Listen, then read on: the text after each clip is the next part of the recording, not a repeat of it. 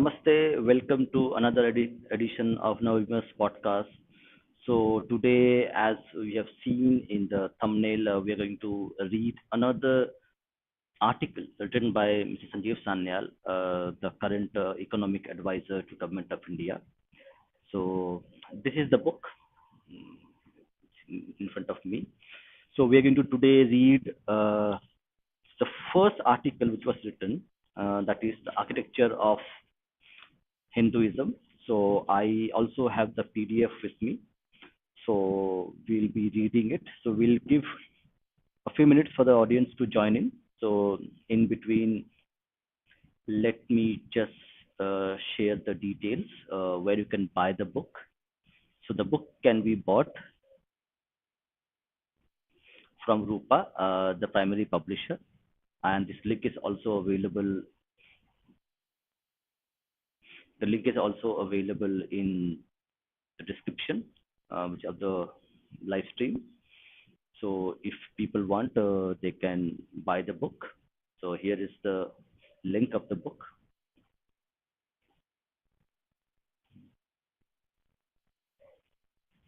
Yeah, let me just increase the font so that you can see. The same link is also provided in the description of the podcast. So we'll give 2 minutes more for the audience to join in.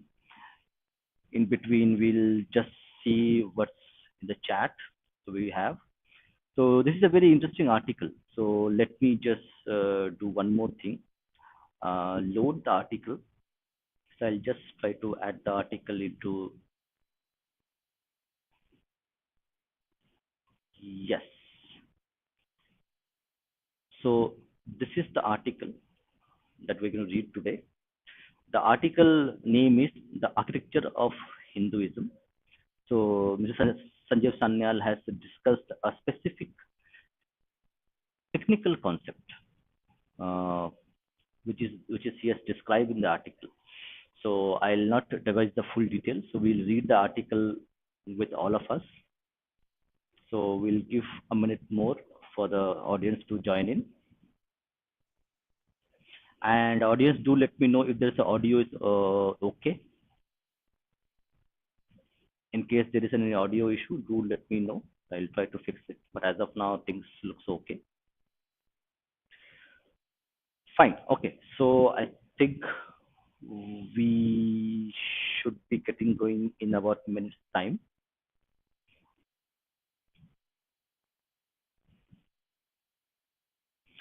Yeah.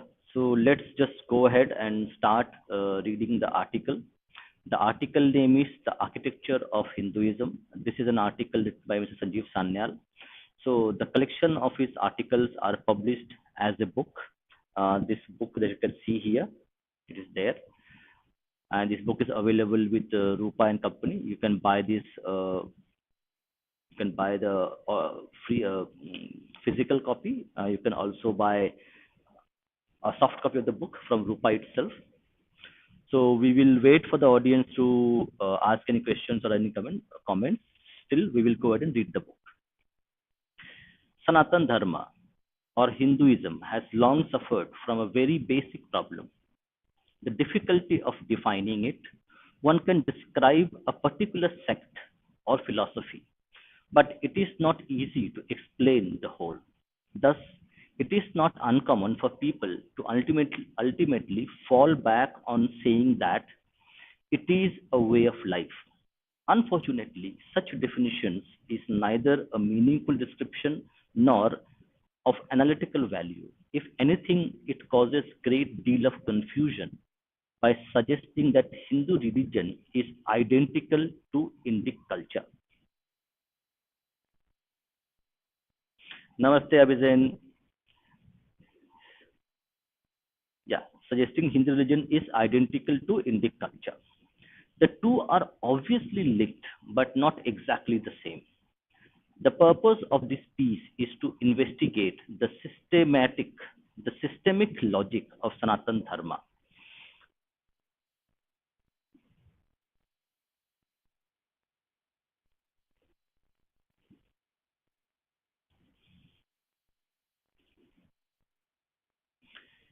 the systemic logic of Sanatan Dharma as a whole and the process by which it evolves.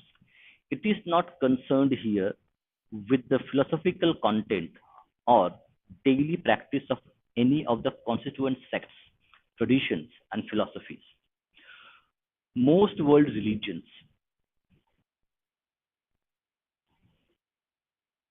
most world religions, particularly those of Abrahamic origin, are based on a clearly defined set of beliefs: a single God, a holy book, a prophet, and so on. These are identical of faith or axioms from which each of these religions is derived. This is why the terms religion, belief, and faith can be used interchangeably in these cases. In contrast, it is perfectly acceptable in Hinduism to be a polytheist, a monotheist, a monist, a pantheist, agnostic, atheist, animist, or any combination thereof. Thus, Hinduism is a religion but not a faith. Although constituent sects or philosophies can be termed faith or beliefs, instead, it should be thought as an organic, evolving ecosystem of interrelated and interdependent elements that are constantly interacting with each other and with the outside world. There are many systems that fit the above description: financial markets, economies, cities, the English language, ecological systems, and so on. These are all examples of complex adaptive systems or CAS. Note the contrast between the organic and the evolving dynamics of such systems and the static laws of Newtonian mechanics.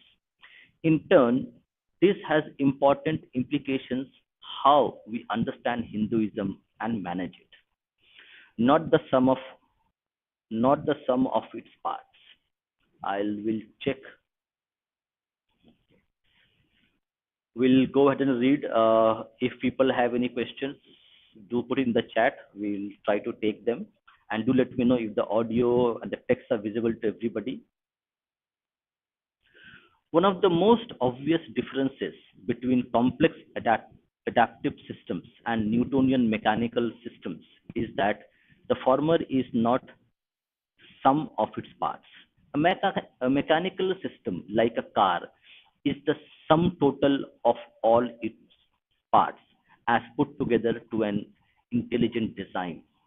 In contrast, a city is more than sum of all the buildings and a biological ecosystem that is not just sum of all the plants and animals. This is why CAS cannot be described from any single perspective. Thus, the English language also cannot be defined through even the most detailed description of its grammar. Similarly, the most detailed description of Taj Mahal would not define the city of Agra. Yet, speakers of English and citizens of Agra have little difficulty identifying and using the language and the city respectively. The same is true of Hindus. Their so-called difficulty in defining Sanatan Dharma poses no problem in recognizing and practicing their religion. Moreover, the evolving and mutating nature of caste implies that even the most detailed description is not just insufficient, but fundamentally wrong over time. For instance, given the constant absorption of words and usage in English, an exclusive reliance on Wren and Martin's grammar to understand the language would miss the point. This is also true of Hinduism, where even the most detailed reading of the Dharma Shastras, the Smritis, would not give you the correct picture of lived experience of the religion over time. History dependent, history dependent, but not reversible. One of the common characteristics of caste is that they are path dependent, that is, they carry the imprint of their historical evolution. Thus, most cities, biological ecosystems, and living languages will show the layer by layer the accumulation of their history. Readers will no doubt recognize how this applies to Hinduism. Notice how this is distinct from Newtonian mechanics. Two identical footballs in identical conditions will behave in exactly the same way if the same force is applied to them. There is no historical memory in the system, and it does not matter what was done with the two balls before we subject them to this experiment. Complex adaptive systems, however, have an additional property: irreversibility. This means that the system will not reverse to its origin even if all historical events were reversed. Thus, reversing the events of human evolutionary history will not take us back to our ape like ancestors. Interesting. But to a new species, similarly, reversing urban history will not take a city back to its original village settlement. It's more likely that one will either be faced with a deserted city like Detroit or a museum city like Venice. Again, notice the difference with Newtonian mechanics, where a perfect reversal of factors will take the system back to exactly to its origin. An implication of this characteristics is that Hinduism carries its history within, but it cannot return to the golden age. It is constantly evolving and moving forward, even as it draws inspiration and ideas from its past. The holy books, traditions, customs, and tenets of Hinduism should not be seen as path to an ideal kingdom of God or the caliphate to which everyone must revert.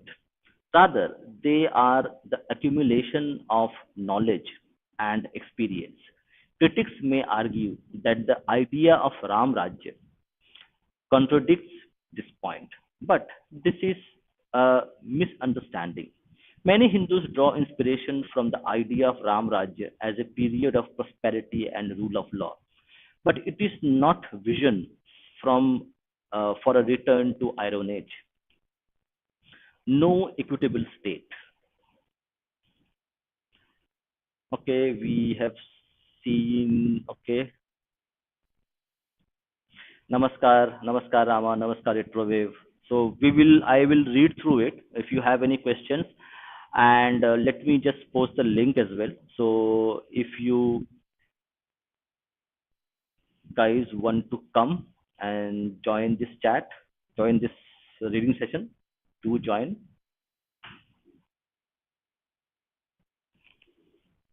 So this is the link.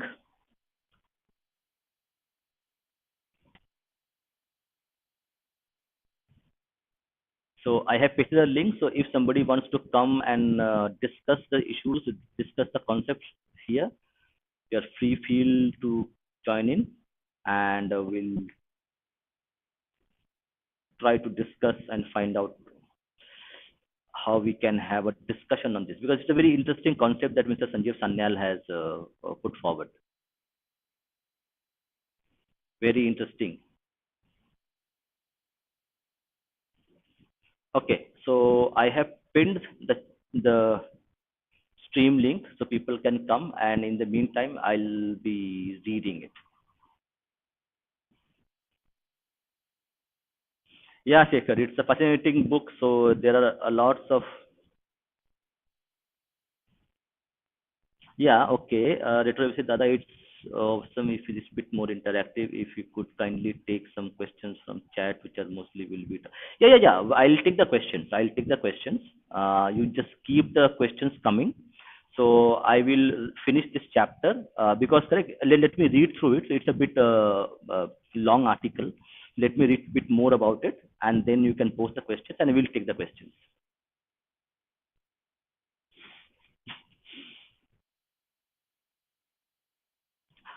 No. It's all right to people come and argue. It is our Indian tradition. The Indian tradition is to argue, not to harm people physically. So argument is very good. Yeah, it should be coherent argument, but it should be there. So people should come and debate. That's how we will learn from each other. Anyway, I'll take the questions. Not a problem. No, no equilibrium state.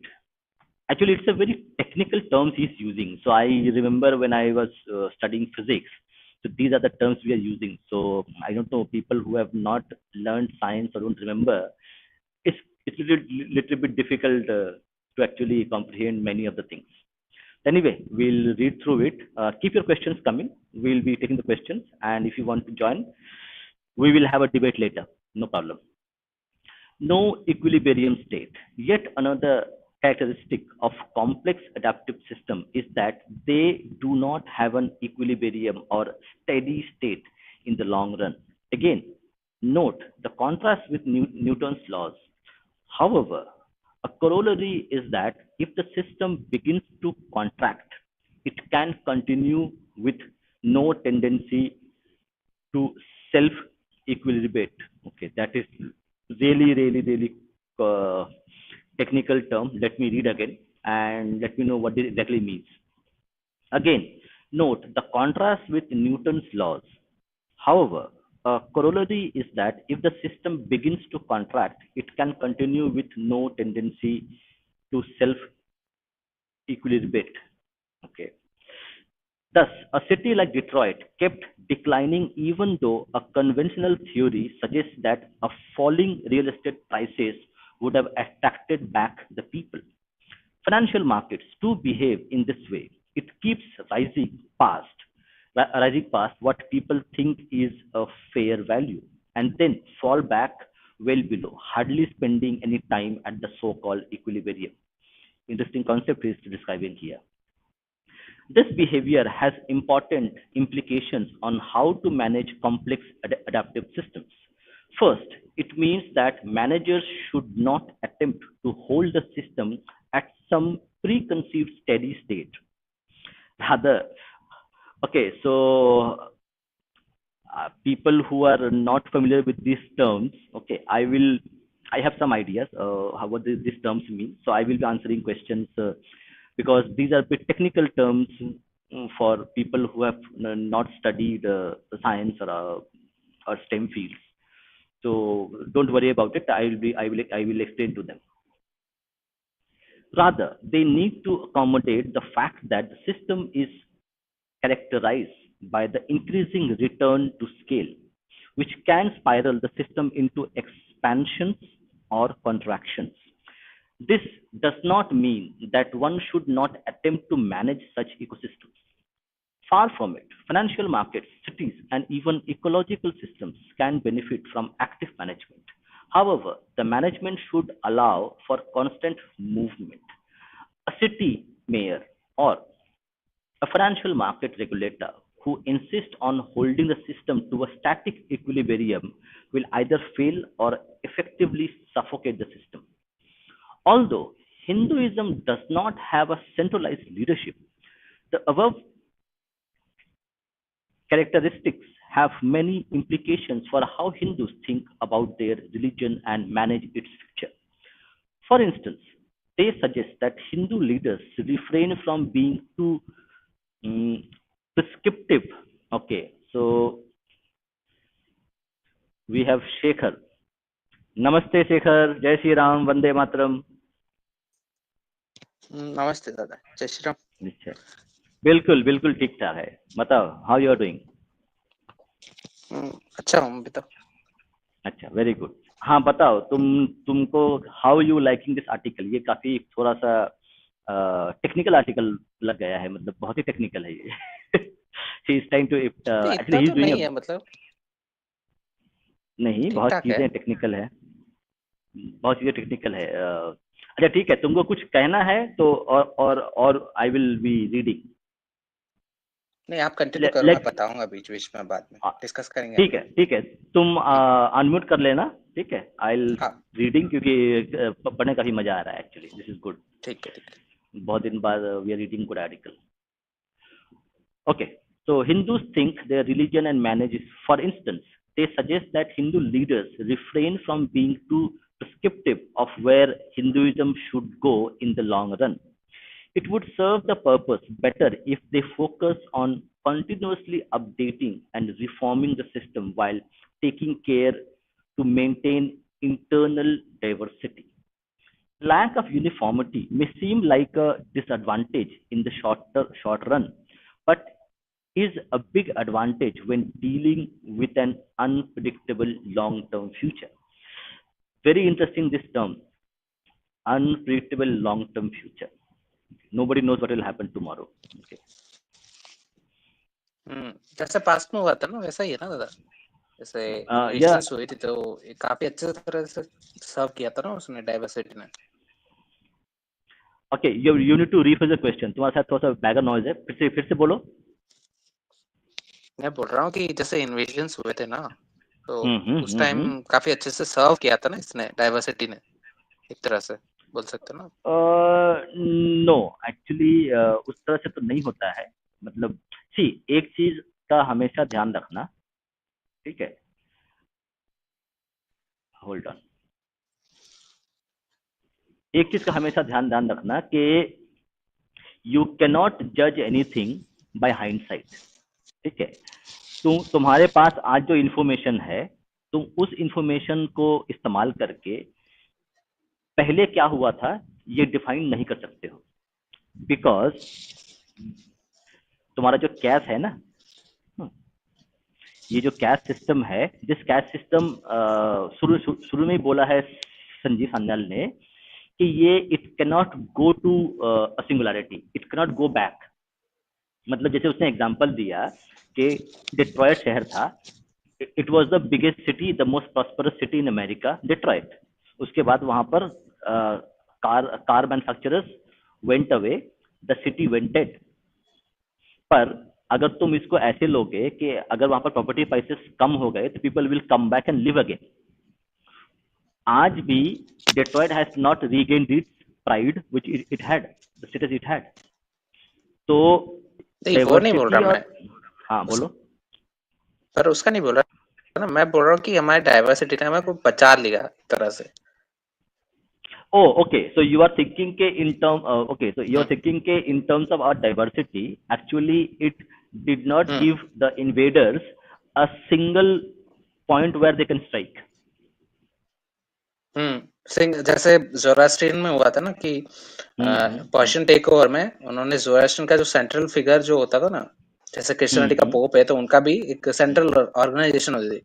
तो उनको अगर उन्होंने कब्जा कर लिया या उनको destroy कर दिया तो पूरी सोसाइटी का जो स्ट्रक्चर वो डिस्ट्रॉय हो जाता था. यहाँ पे वो सेंट्रल पॉइंट नहीं मिला स्ट्राइक करने के लिए, क्योंकि बहुत ज्यादा पॉइंट थे ना, तो किस किस को स्ट्राइक करेंगे. बिल्कुल बिल्कुल बिल्कुल. तो ये भी इसलिए चीज है उस और हिसाब से डाइवर्सिटी ने बचा लिया. यस, पर तुम इस तरह से तो नहीं बोल सकते. देखो अब मैं तुमको I will give you a counter example. मैं देता हूँ काउंटर एग्जांपल. एक पॉइंट है खाली. हाँ, मतलब वो ठीक है, मतलब डाइवर्सिटी. बिल्कुल, you are absolutely right in that part. The diversity that we have with our Sanatan Dharma is something which is actually protected us in many ways.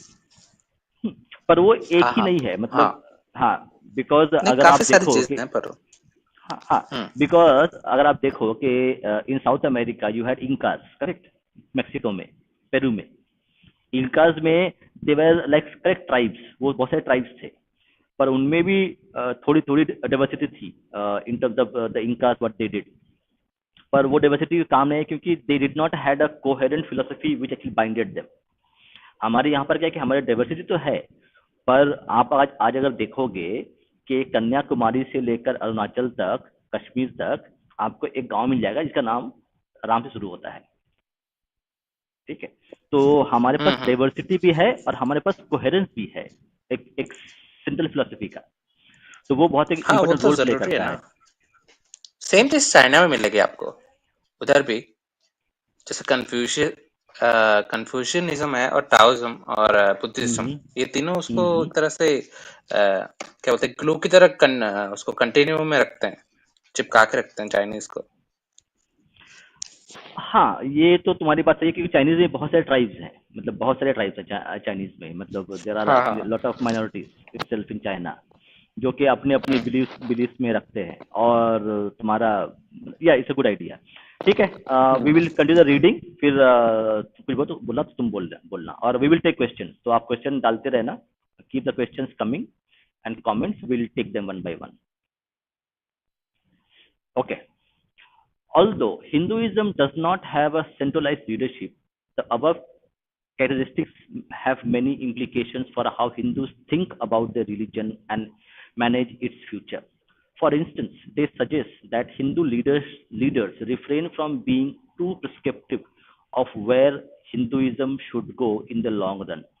It would serve the purpose better if they focus on continuously updating and reforming the system while taking care to maintain internal diversity. The lack of uniformity may seem like a disadvantage in the short run, but it is a big advantage when dealing with an unpredictable long term future.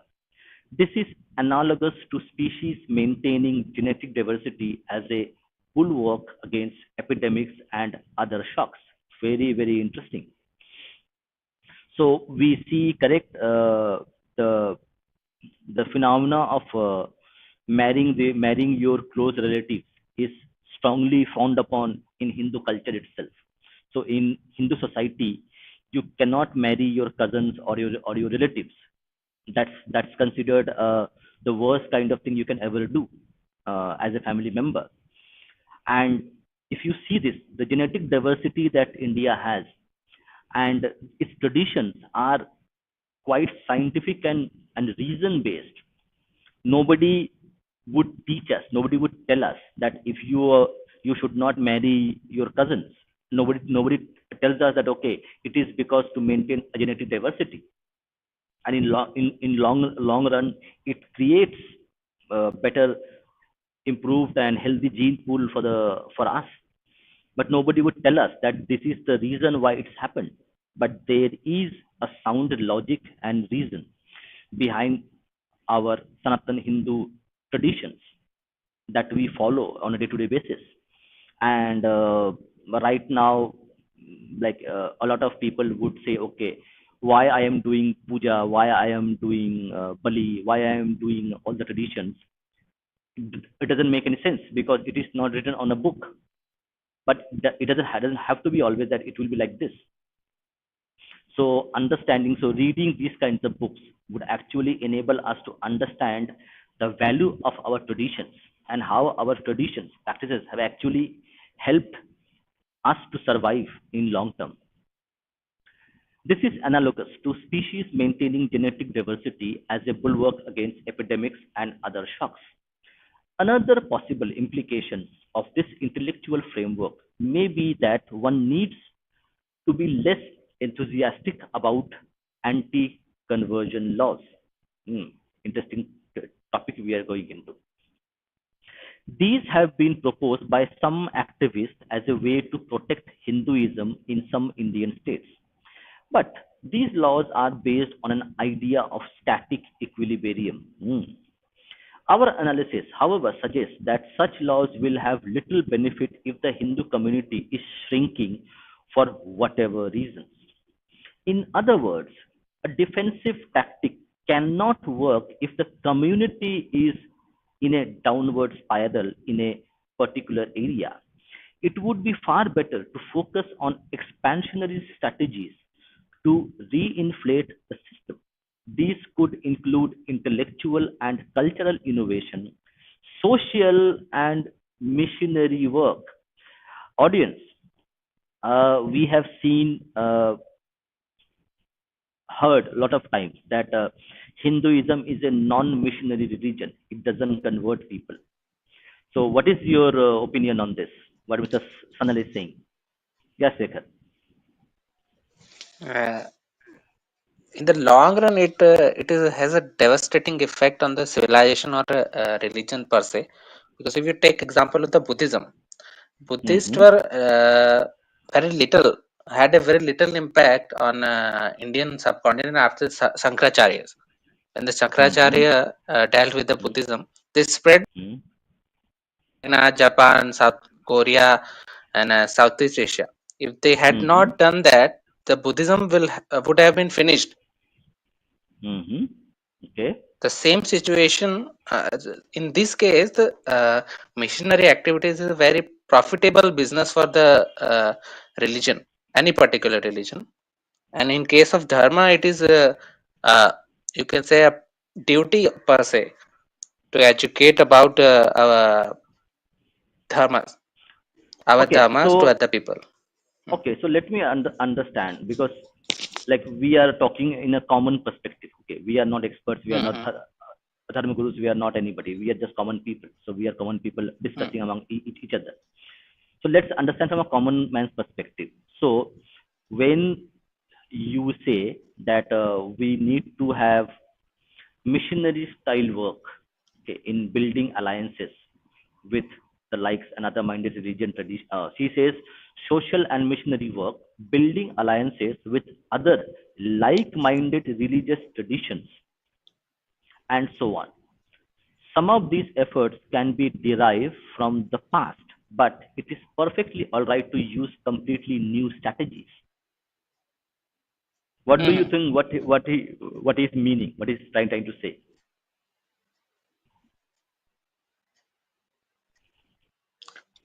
Uh, what he's trying to say is we don't have to really do missionary work. We can do other types of conversions also, Hmm.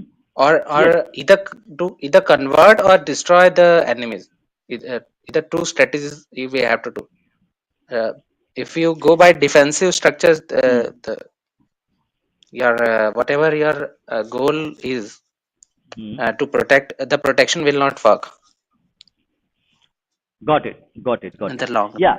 Hmm. Yes, exactly. So, and do you think currently we are in a defensive stage, or like we are trying to innovate and innovate our way Uh, out of trouble? for the last 1,000 years, we are in a defensive position only. No, we have lost the eastern Iran, Afghanistan, Pakistan, and Mm-hmm. western Iran. Mm-hmm. Western section of the Indian subcontinent we have lost. In Mm-hmm. east also we have lost Bangladesh, and half of Myanmar is lost to the missionaries, Christians and Muslims both. Buddhists Mm-hmm. are struggling there because they Mm-hmm. don't have support system uh, to fight these things, because the international organizations have money power. No, monotheists have always have money power.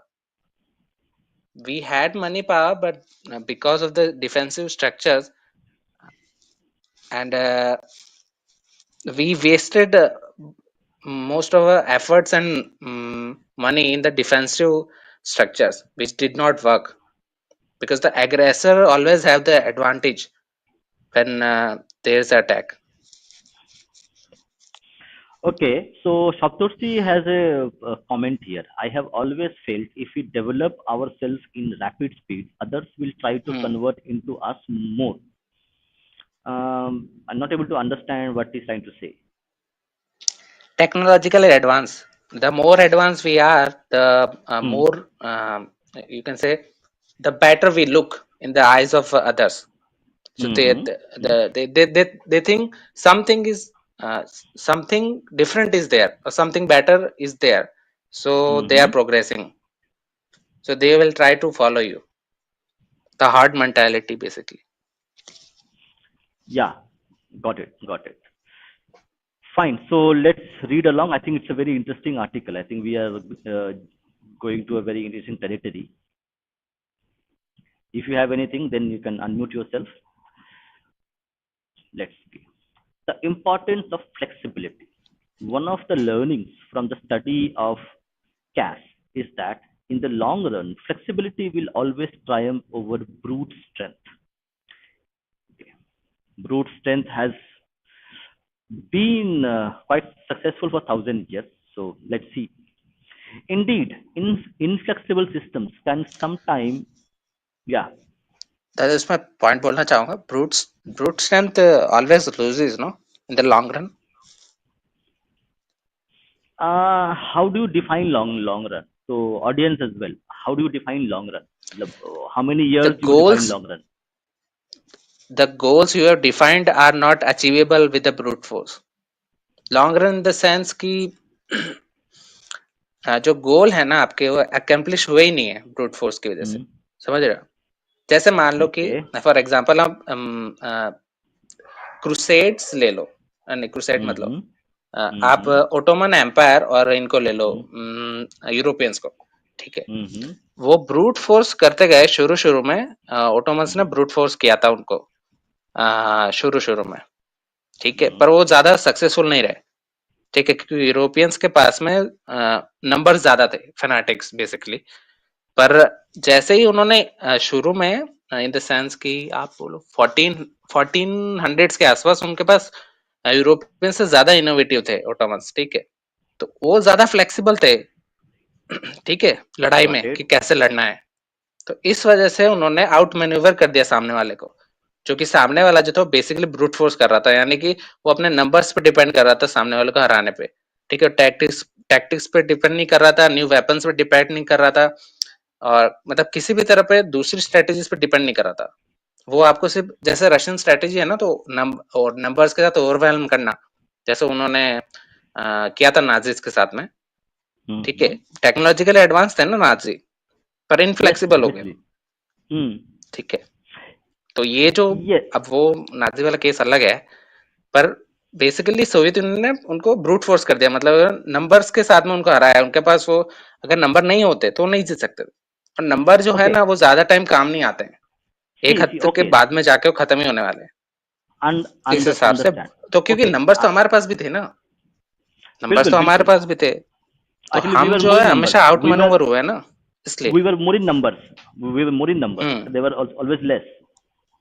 हम्म तो हम out manoeuvre हो जाते थे हमेशा, क्योंकि वो Exactly. क्योंकि So, attackers का एडवांटेज होता है ना, वो हर जगह लड़ रहा है, वो जो बारबेरियन है हर जगह लड़ रहा है, तो हर जगह नई नई टैक्टिक्स मिल रही है उसको, तो फ्लेक्सिबल रहता है उस हिसाब से। battle hardened. ये हाँ, इसका सी केस एक. आपको मिलता है मंगोलियन जो थे ना, मंगोल एम्पायर का, इसमें हम्म. बहुत अच्छा एग्जाम्पल मिलता है कि वो जब लड़ते आए थे तो ईस्ट में चाइना जो था ना वो हरा नहीं पा रहे थे उसको, कुछ ज्यादा स्ट्रॉन्ग एम्पायर था, उसके अंदर ज्यादा अंदर जा नहीं पा रहे थे, वो बार बार हार रहे थे। तो ये लोग जब वेस्ट में पहुंचे थे ना, जहाँ ये बगदाद और वहां से, तो वहां की जो टेक्नोलॉजी थे ना, तो ट्रेबुशेस थे, वो वहां से उठा के वो लोग इधर लेके आ गए चाइना के अंदर, और उनसे उसको हराया है। तो टेक्नोलॉजी ट्रांसफर उन्होंने बहुत अच्छे से कर दिया, ठीक है, तो मतलब वो बहुत फ्लेक्सिबल है कि use of different tactics. China जो था ना उस टाइम ब्रूट फोर्स कर रहा था, क्योंकि उसके पास कोई मतलब एक तरह से कोई दूसरा साधन नहीं था नई टेक्नोलॉजी इन्वेंट करने का, ठीक है ना, क्योंकि ब्रूट फोर्स आप कब तक करोगे कोई चीज को। Yes, brute force has its limitations. It cannot be used forever. तो वो चीज तो बिल्कुल सही है व्हाट यू आर सेइंग. सी एक चीज इम्पोर्टेंट है कि अ, आपके पास या तो ब्रूट फोर्स स्ट्रेंथ है या आपके पास टैक्टिकल एडवांटेज है. Until you know your strength and weaknesses and you play on your strength, तभी आप जीत पाओगे. The invaders who came, they knew their strengths and they played on the strengths, and we did not know our strength, so we played on the wrong foot and then we got maneuvered into defeat.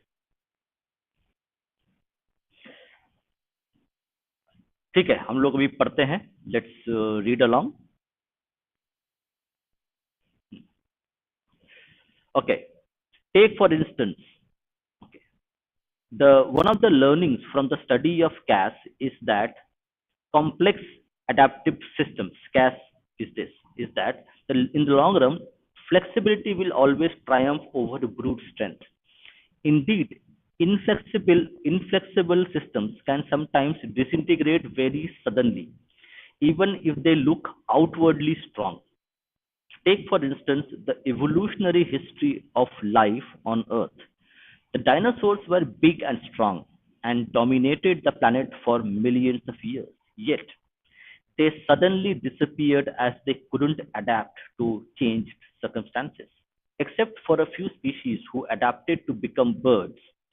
Similarly, the erstwhile Soviet Union, for all its nuclear warheads, simply collapsed overnight because it could not adapt. China adapted and thrived. A similar story can be told of cities. Once great cities like Birmingham, Detroit, Kolkata, a lot of things are coming, Kolkata, were unable to adapt to deindustrialization. In contrast, by repeatedly reinventing itself, London has not only survived deindustrialization but and laws of laws of empire, but able to retain its place as the world's financial capital. This has very important lessons for Hinduism. Indeed, the religion has survived for so long because it was able to continuously evolve through internal reforms, innovations, and absorptions. Sometimes it was slow accumulation of small changes. Sometimes it was a rapid shift led by a reformer like Adi Shankara, the Shankaracharya or Swami Vivekananda. There were also many instances where Sanatan Dharma absorbed a foreign idea and made it its own. Hindu temples and idol worship is possibly inspired by Greeks. Vedic Hindus did not use Vedic Hindus used only fire altars. Okay, so how much it is true we don't know. So although we are not historian, Shekhar, what do you think? Is that किसके conjecture बारे में? assumptions? ये जो mister Sanal ने बोला है कि there were also many instances where Sanatan Dharma absorbed a foreign idea and made it its own. Hindu temples and idol worship is possibly inspired by Greeks. ये पॉसिबल है काफी। आई थिंक 500 या 600 BC के आसपास उसके evidence मिलते हैं कि वो उसकी फेमस स्टोरी है ना डायनोसिस की, कि हाँ हाँ वो हाँ, यहाँ पे यस आया यस था, यस। वो गॉड की है ना, ग्रीक हम्म गॉड की। हम्म तो हम्म हम्म हम्म हम्म कॉन्टेक्ट्स थे यहाँ पे, तो पॉसिबल हो सकता है इंस्पायर हो, क्योंकि सिमिलैरिटी भी देवों में भी तो सिमिलैरिटी मिलती है ना, जैसे इंद्र है और उनका ज्यूस, और नो नो, नहीं नहीं नहीं, अगर आप यहाँ वैसे पर उस हिसाब नहीं से जाओ तो भी नहीं, यहाँ नहीं, पर टेम्पल में ऑथर, मिलती है बोल रहा हूँ ना। जैसे नहीं मैं ये नहीं, आप बुद्धा की ही मैं ले लो, ये नहीं बोल बुद्धा रहा की हूँ, मैं मूर्ति ये ले नहीं लो। बोल रहा हूँ कि यहाँ बोला कि हम्म वैदिक Hindus used only fire alters, कि हम्म वैदिक समय में हम लोग मूर्ति पूजा नहीं करते थे। मूर्ति पूजा क्या मतलब इसमें कितनी कम करते सत्य, होंगे। it was not a prevalent correct, it may be, see hmm it's hmm a anyway यहाँ पर लिखा है कि पॉसिबल, मतलब ही इज नॉट कि ऐसा होता ही था, उनको ऐसा लगता है, तो ये उनका अपने अपने विचार है। हाँ, काफी है ना, काफी हो सकते हैं। हम्म, पहले तो क्या ये का अमालगमेशन होता था ना, आप पॉलिटिक्स सोसाइटी के अंदर आप हम्म, इधर उधर एक्सचेंज बहुत ज्यादा होता था पहले। पर अभी तो क्या मोनोथिस्ट तो सब कुछ डिस्ट्रॉय करना चाहते, तो अभी के कॉन्टेक्स्ट में ना ले तो अच्छा है। पहले के कॉन्टेक्स्ट में सब एक ही था लगभग लगभग, ज्यादा इतना डिफरेंस था नहीं पहले, जो अच्छा लगता बिल्कुल। तो ले अच्छा लेते थे। अच्छा, बिल्कुल। सी मैंने सबके कमेंट्स जो भी है मैंने सबको सेलेक्ट करके रखा है, तो I will be answering and we will discussing this later. Okay, so whatever your questions, your comments are, those are being put it in a separate window, तो उस पर हम बातचीत करेंगे once the reading ends. Okay, so don't worry about whatever your comments are there, they will be taken when we finish the reading. So I am already constantly looking for them and making them into a single thread, so we will be doing that. या शेखर, तू कुछ बोल रहे थे कि यहाँ पर लेकिन कमेंट तुम्हारा चैट बोल रहा है कि नहीं ये गलत है बिल्कुल। What do you think? अरे मैं बोल रहा हूँ कुछ भी, जो भी अच्छा लगे ले सकते हो। थियोलॉजी की बात ही नहीं कर रहा हूँ ना मैं कहाँ बोल रहा हूँ कि थियोलॉजी में कहाँ बोल रहे हैं यहाँ पे, जैसे आइडल वर्शिप है तो हमारे थियोलॉजी में होना जरूरी नहीं है ना। आइडल वर्शिप में भी अगर आपको अच्छा लगा वो वर्शिप करना तो ले लो, ऐसा कुछ नहीं है। और ऐसा जरूरी नहीं है ओके, कि वहीं से आया है, ठीक है ना, यहाँ से वहां चला गया होगा। या वहां हाँ कुछ यस होगा और यहाँ पे जो था वो मिक्सअप होके कुछ बन गया और नया, वो भी हो सकता है। यस यस यस, ये भी बात सही है। ठीक है, हम लोग थोड़ा और पढ़ते हैं, इस काफी इंटरेस्टिंग जगह हम लोग पहुंच रहे हैं।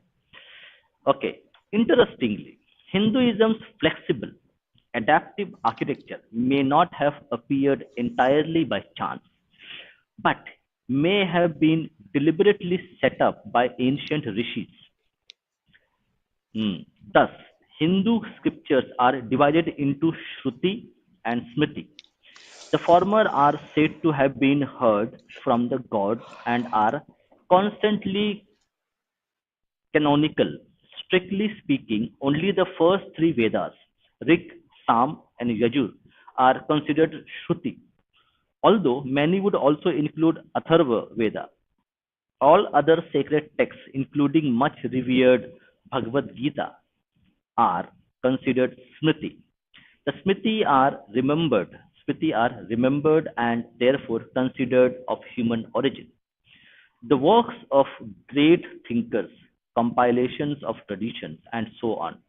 Some of them may be highly regarded, but they are not canonical.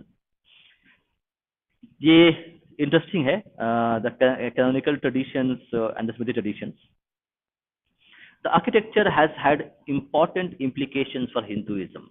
The Shruti text may be canonical and provide general principles, but they are wonderfully open-ended. Just consider the Nasadiya Sukta, Nasadiya Sukta, or the creation hymns in the Rig Veda, the famous Nasadiya Sukta creation hymns of Rig Veda, to understand what I mean. Whereas the Smriti texts are more specific but not canonical. This means that one can keep adding new text and ideas forever, okay, including texts that contradict previous Smriti texts. The much criticized Manusmriti, by definition, can simply be replaced or revised if Hindus so wish. Okay, Shekhar, क्या ऐसा हो सकता है और हुआ है? क्या चीज? ये यहाँ पर ऑथर बोल रहे हैं कि जो मनुस्मृति है हम्म। उसमें जो चीजें हैं जो जो ठीक नहीं है, हम उसको हम्म। by definition it can simply be replaced or revised Hindus if Hindus wish. अगर हम हाँ, चाहे हो तो कुछ सकती है ना, चीजें हो सकती है, पर बिल्कुल। उसके लिए आपको ऋषि चाहिए होंगे ना, ऋषि है कहाँ? ये भी बात है कि वी नीड पीपल ऑफ ऋषि हो कैलिबर तो ऑफ। हो सकता है। हम्म। बिल्कुल। क्योंकि उतना अंडरस्टैंडिंग होना चाहिए ना। आप तो खाली, आपको तो प्रोपेगेंडा करना है फेमिनिज्म और वो सब का तो कहाँ से होगा? आपको वो बिल्कुल उसका जो सार है वो तो जानना नहीं है, क्या बोलना चाहता था मनु। अरे इसका एग्जाम्पल भी बिल्कुल। अर्थशास्त्र में मिलता है ना, जो हम्म चेंज वाला है, कि हम्म। उसमें भी वो शुक्र और जो दूसरी उसके क्लास, क्या बोलते हैं, लॉ जो है मनु के बाद में जो आते हैं, शुक्र तो उसका शुक्र जी, वो शुक्र जी। क्रिटिसाइज करता है ना।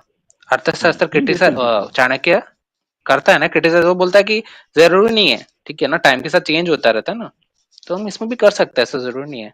अभी हम मोनोथीस्ट थोड़ी है कि वो बुक को, किताब को एकदम ये इनकी ऐसा मान लो प्रॉफिट के वर्ड से वो चेंज तो कर सकते हैं, ऐसा कुछ नहीं। Good good, yes. चलो थोड़ा और पढ़ते हैं, काफी इंटरेस्टिंग चीजें यहाँ पर हम लोगों को मिल रही हैं बात करने के लिए। To conclude, analyzing Hinduism as a complex adaptive system provides many important insights into the functional architecture of Sanatan Dharma. It shows that the key strength of Hinduism has been its ability to evolve, adapt, and innovate. This this potentiality needs to be actively enhanced and strategically deployed in order to keep Hinduism healthy. For instance, it may be time to revive the tradition of writing new Smriti texts, a practice that went into decline in the medieval times. Some Orthodox Hindus may consider this presumptuous, but as discussed, it would be in keeping with the inherent logic of Sanatan Dharma. This article merely illustrates some of its possibilities presented by the systemic approach to understand Hinduism. It is not meant as a comprehensive treatise, but an attempt to initiate a new way of thinking about Sanatan Dharma. This piece was originally published in Swarajya, November 2014. A version of this article was also published in Prabodhan. Prabodhan is a magazine and a publication. A collection of essays edited by Dr. Saurodindu Mukherjee, World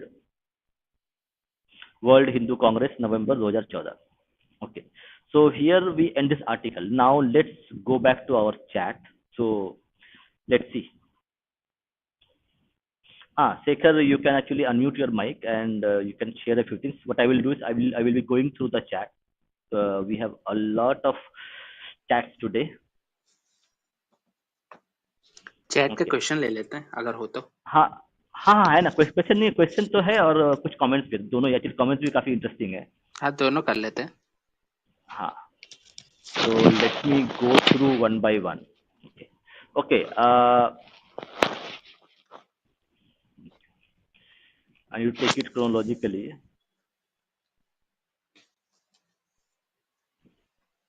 Okay. Abhizen had a question. Let me take Abhizen's question. Abhizen का question कहाँ चला गया? हाँ, ये रहा. Okay, Dada, can you explain? Let me just show. Dada, can you explain irreversibility? Okay. I'll go back to the reading, and I'll show you what it says. Hold on.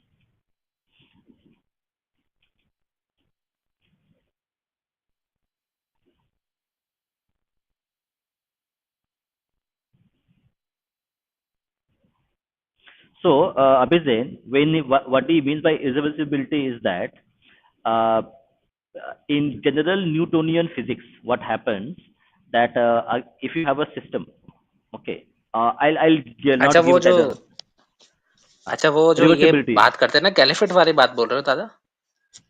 ये रहा इसका सी ये no कैलिफेट वाला equilibrium ना state. कि Yeah, so actually he is talking about this one. So यहाँ पर क्या है, see, okay, if you see here, here is mentioned irreversibility नहीं होता है. So what really happens is that complex adaptive system. वो एग्जांपल है ना दादा कोलकाता का, क्या उसको वापस आप रिवाइव नहीं कर सकते सेम उस एग्जैक्ट उसमें सेम स्ट्रक्चर में या उसी शेप फॉर्म में? Yeah. So what he means by irreversibility is that Kolkata started as a village of three villages, as we know. Okay, that the modern Kolkata, as founded by George Charnock, Kolkata as a name. दादा वो नहीं दादा, अरे ये golden age वाला concept नहीं है. ये लोग यूज करते हैं जैसे कैलिफेट वाला कि हमें कैलिफेट के गोल्डन एज में जाना है, या फिर मान लो कि नहीं उसकी बात नहीं है. अभिजिन ने जो सवाल रिलीजन की बात नहीं कर रहा मैं, नहीं सिटीज की बात कर रहे हैं ना. अरे नहीं अभिजिन जो सवाल ने पूछा वो काफी इंटरेस्टिंग है. वो मतलब समझ में आना थोड़ा सा डिफिकल्ट है, for not everybody will able to understand. But Abhijin को जो सवाल था कि what do you mean by irreversibility.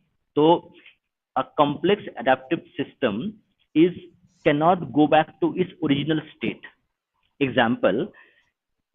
Take example of Kolkata. Kolkata was founded as a 3 villages. It started as a 3 villages. अगर उसको मान ले कि ऐसा ही था कि 3 villages को जोड़कर कलकत्ता बना था, तो right now if you have a Kolkata which is far bigger than what it used to be.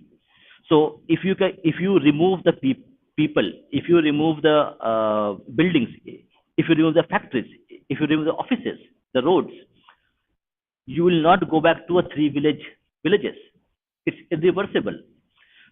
3 villages लौट के नहीं आएंगे. If you even the Kolkata dies, it will not go back to its origin space. That's why we call irreversibility. In a complex adaptive system, it will adapt and transform itself, but it can never go back to a zero state or a state of singularity. Abhizen, you hopefully I was able to explain to you what really happened.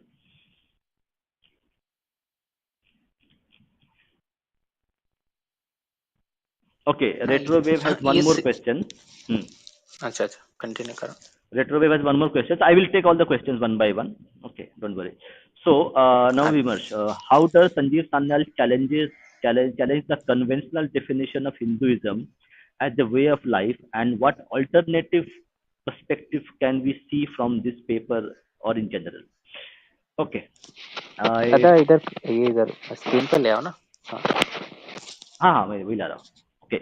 So let me try to give the answer. I'm not sure how much I will be able to give the answer to you, but I'll go back to the article itself. Okay, thank you. Let's go. Let's go to the article itself. Actually, in the initial stages, we'll be able to actually find it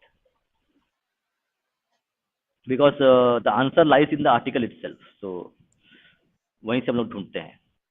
We'll read again because मेरा perspective इसमें थोड़ा अलग है कि बोलो मतलब बोलो ये बोलो क्या कहना तुम चाहते बोलो. हैं जैसे हम्म अब जैसे ही संजीव सानियल का मैं नहीं बोलूंगा पर ये जिस हम्म तरह से मतलब कैसे चैलेंज करते हैं वो क्या है कि हम्म मोनोथीइस्ट में उसमें एक रिलीजन्स में क्या होता है कि आपने एक स्ट्रक्चर है ठीक है कि ये करना होता है हम्म ये करना होता है ये करना होता है तो हम्म आपके पास कुछ फॉर्मेलिटी है ठीक है कुछ उसका हम्म स्ट्रक्चर है ऑर्गेनाइजेशन का पर ये क्या हम्म बोल रहे हैं आजकल जो हम्म अभी जो फैशन चल रहा है इनका कि वे ऑफ हम्म लाइफ है वे ऑफ लाइफ में हम्म यानी कि आपकी हैबिट है ये हम्म, करना जरूरी नहीं है समझ रहे हो आप बिल्कुल करना बिल्कुल. जरूरी नहीं है बस आपकी हैबिट बन गई है कर रहे हो इसलिए कर रहे हो इसका कोई कारण नहीं है उसका कोई रीजन नहीं है बस आप मन लग रहा है तो कर रहे हो ऐसा way of exactly life exactly. एक तरह So से तो यूरोपियंस के दिमाग बिल्कुल. में ये जाता है यूरोपियन छोड़ो सारे के यही दिमाग में जाता है जो धर्म नहीं समझता हम्म उसके दिमाग में यही जाता है कि वे ऑफ लाइफ यानी तुम मतलब अभी मेरा मन कर रहा है बाहर जाने का तो बाहर चला गया ये वे ऑफ लाइफ है तो ये ओके. वो यस. संजीव सान्याल अगर बोल रहा होगा मतलब बोल रहे होंगे तो वो ये होगा कि भाई ऐसा नहीं है ठीक है उसका एक स्ट्रक्चर है हम यज्ञ करते हैं मंदिर की पूजा करते हैं ये वे ऑफ लाइफ नहीं है ये यहाँ पे वे ऑफ लाइफ के बहुत बहुत कुछ ऐड है उसके साथ में ठीक है वे ऑफ लाइफ तो हर रिलीजन होता है इस हिसाब से तो सब कुछ ही वे ऑफ लाइफ हुआ फिर चर्च जा ही रहे एग्जैक्टली. ना संडे को सब लोग तो वो ये भी वे ऑफ बिल्कुल लाइफ ही है फिर रिलीजन हटा दो फिर रिलीजन वहां से तो वो वाली बिल्कुल आर्गुमेंट बिल्कुल. होगी शायद सो हम लोग पढ़ते हैं. We will retro we will read again. Retro will read again. Okay. So, thus, it is not uncommon for people to ultimately fall back on saying that it is a way of life. Unfortunately, such definitions is neither meaningful description or analytical value. If anything, it causes great deal of confusion by suggesting that Hindu religion is identical to Indic culture. This is the very important point that he mentions. Okay, that Indic culture and Hinduism are same.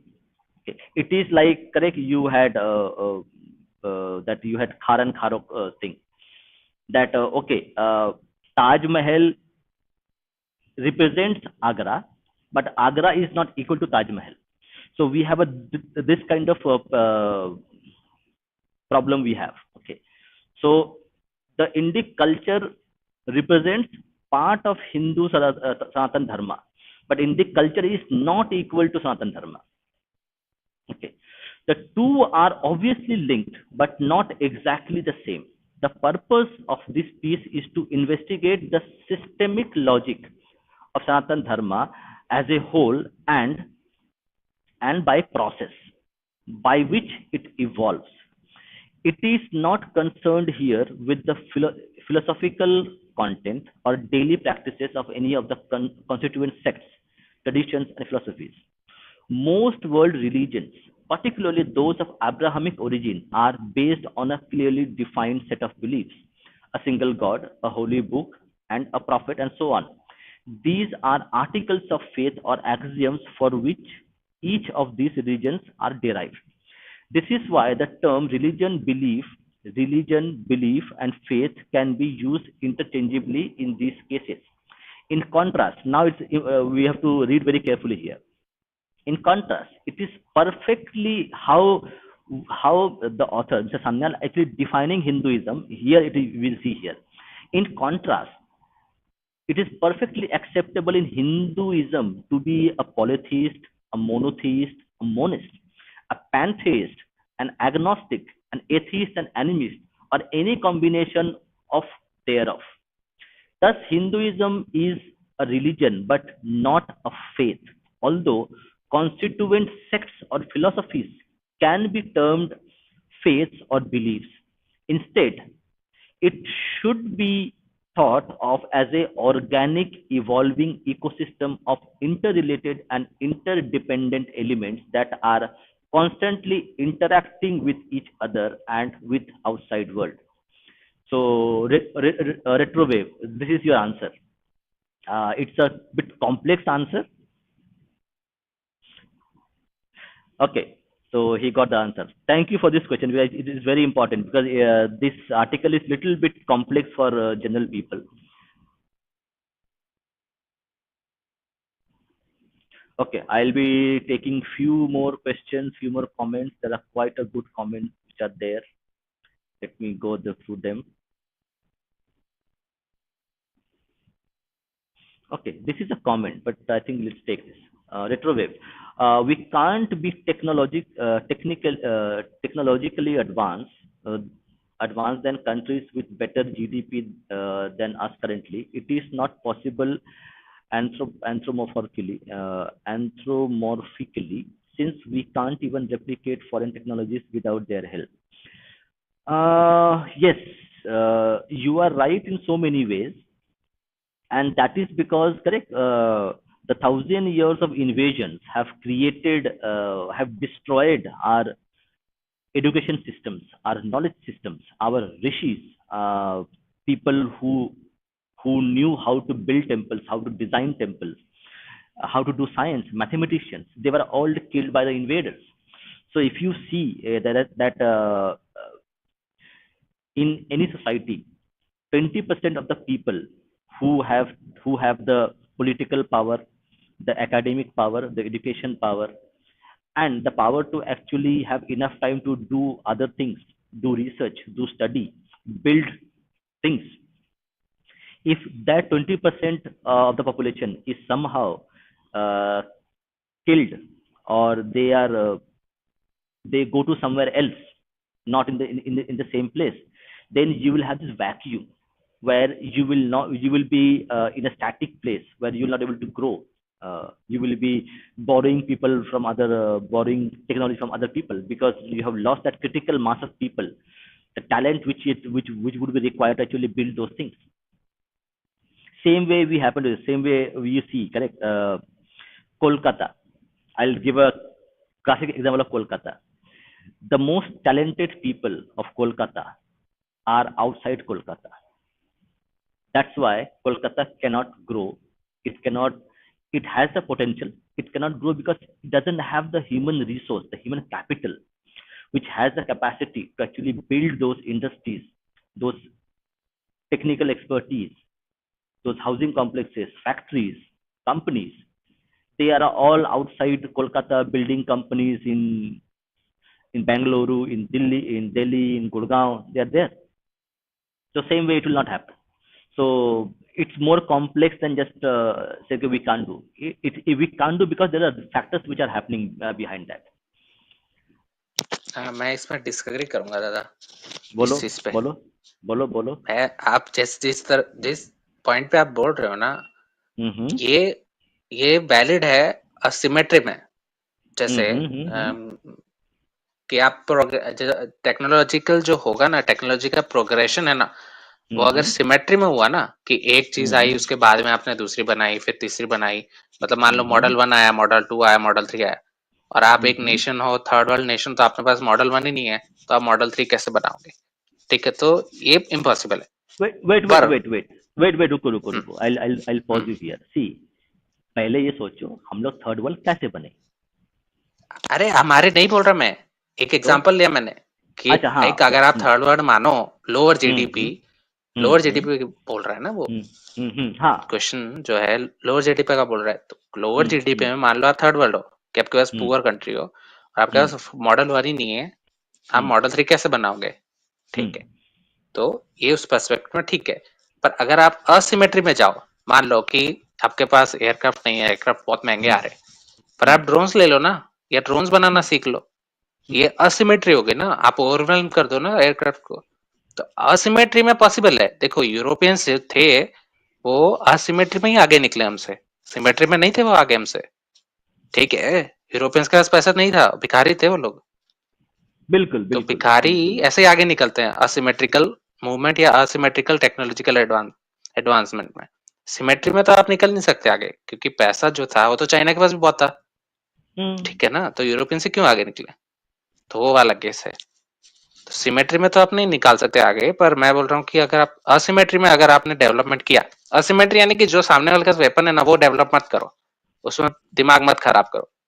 ठीक है ना, उसको counter करने के लिए दूसरे तरह के या दूसरे तरह के या शेप के या दूसरे फॉर्म के आप बनाओ वेपन्स, जो कि उनके जो सामने वाले के वेपन्स हैं वो डिस्ट्रॉय ना करे, उनको यूजलेस बना दे। कि उनके वेपन्स होने के बाद भी कोई मतलब नहीं है। जैसे हमारे साथ हुआ था, स्वॉर्ड्स तो हमारे साथ बहुत थी, पर वो तो गन्स लेके आए थे ना, तो स्वॉर्ड्स का करोगे क्या? बिल्कुल बिल्कुल। और एक और चीज इसमें बहुत इंपॉर्टेंट है, ऑल्ट हिस्ट्री के जो चैनल है, तो ऑल्ट हिस्ट्री चैनल पर एक था कि if you are too comfortable with your life, आप you will stop innovating yourself. आप मतलब भूल जाते हो, अगर आपके पास आपकी लाइफ बहुत ही कंफर्टेबल है और आपकी लाइफ में कुछ चैलेंज नहीं है, because you have too much money so you don't have to work any more, तो धीरे धीरे आपका दिमाग वो सारे स्किल्स भूल जाएगा, because you are getting to use to the comforts of your lifestyle, the money that you have, the resources. तो एक होता है in also in economics you have a called resource curse. Economics में एक concept है resource कर्स का, कि Saudi Arabia है या यूएई है या बाकी जिसके पास ऑयल है। Rishi, I will add you. Just wait a minute. I'll finish this point. So you have this resource curse के जहाँ पर if you have a resource which is making you very very rich and you don't have to work, आप बिना काम किए ही 100 साल जी लोगे, then you will।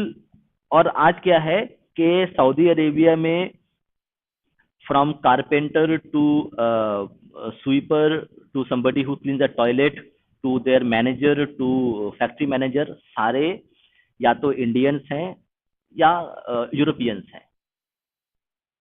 So so this is called a resource curse, जहां पर ह्यूमन रिसोर्स डेवलप नहीं हुआ है। Now they are trying to develop their resources, but for over long period time वो लोग सिर्फ बैठ के खा रहे थे। तो ये भी एक कर्स होता है कि अगर हमारी जो धरती है, the Indian subcontinent is one of the most fertile land in the world, the percentage of land that is cultivable where you can grow food is 65% and above, जो कि nothing like this exists anywhere in this world.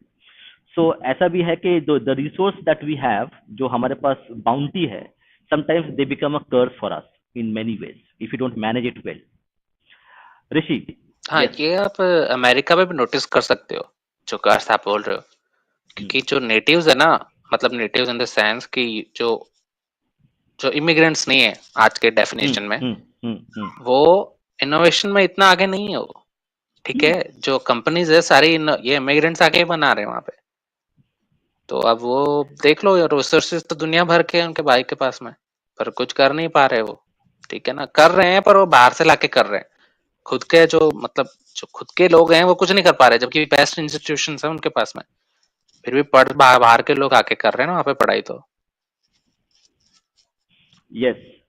Rishi, please go ahead. Namaskaram to all, and I agree with every single point which you have made, people. So nothing more to say from my side. You gathered some points actually. Yes, go ahead. Counter some of the misconceptions later on. It will come later.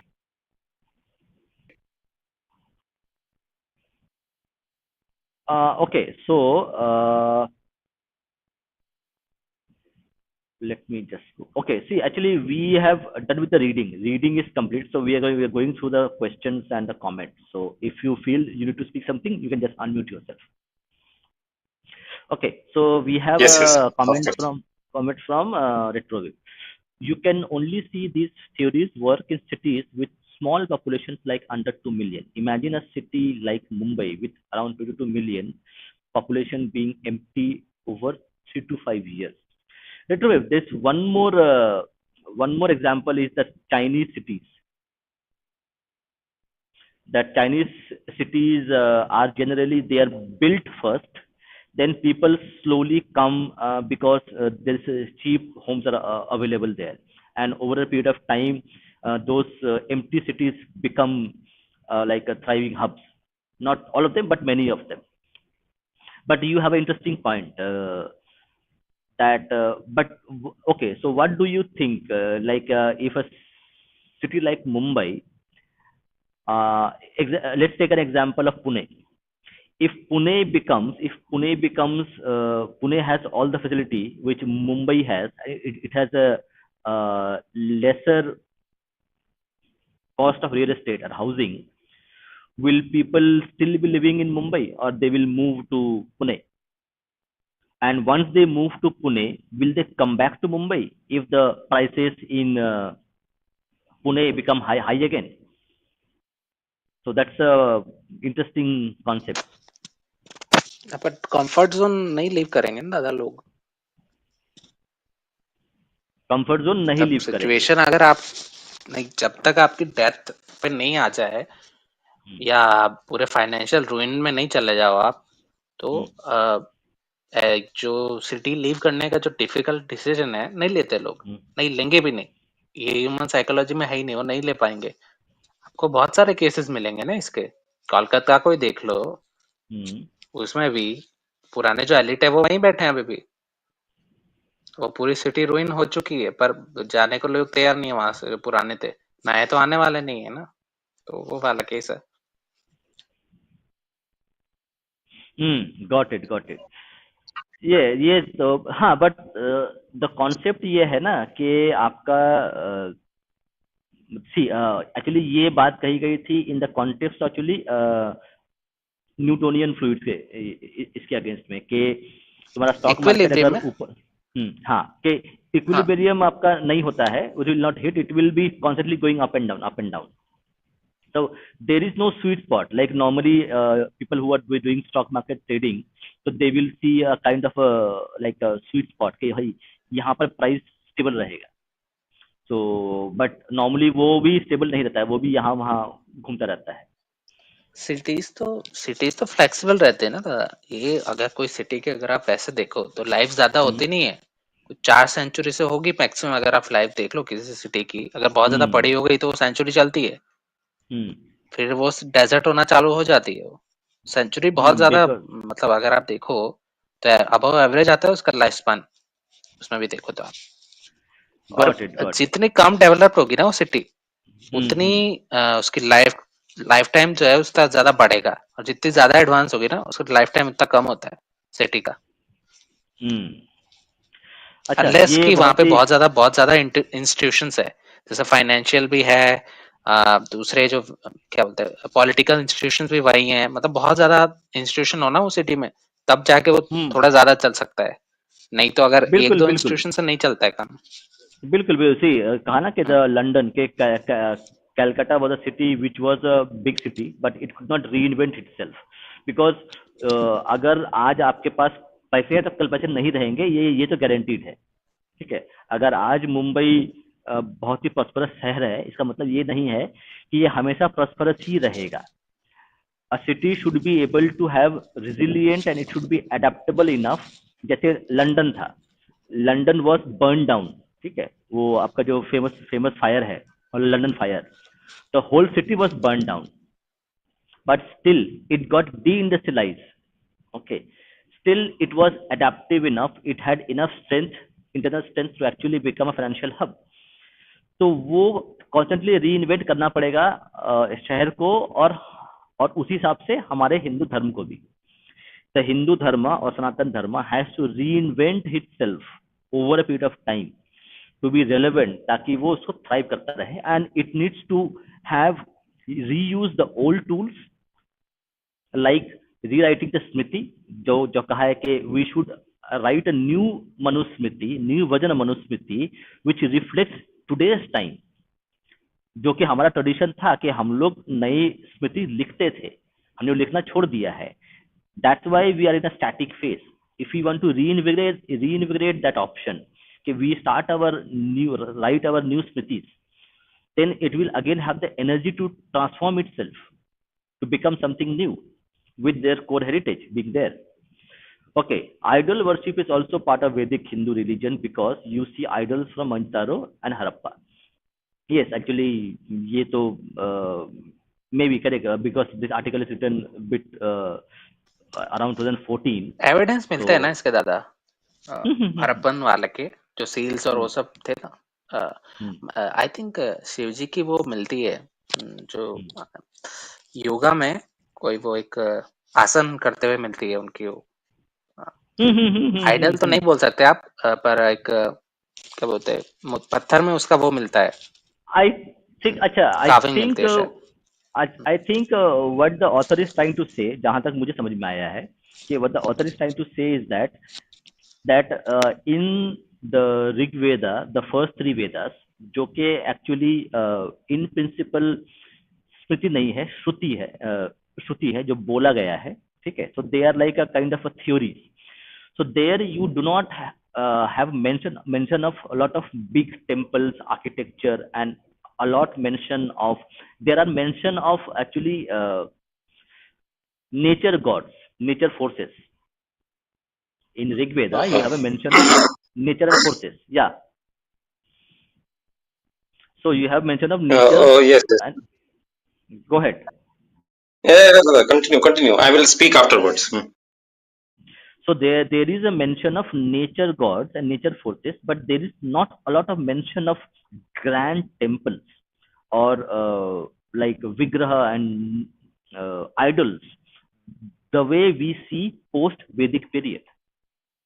So yes, there would have been a tradition of Murti Puja and small temples, but the grander temples and the architecture we see post-Vedic period in the when we have the Upanishads, which were like continuation of Vedic period.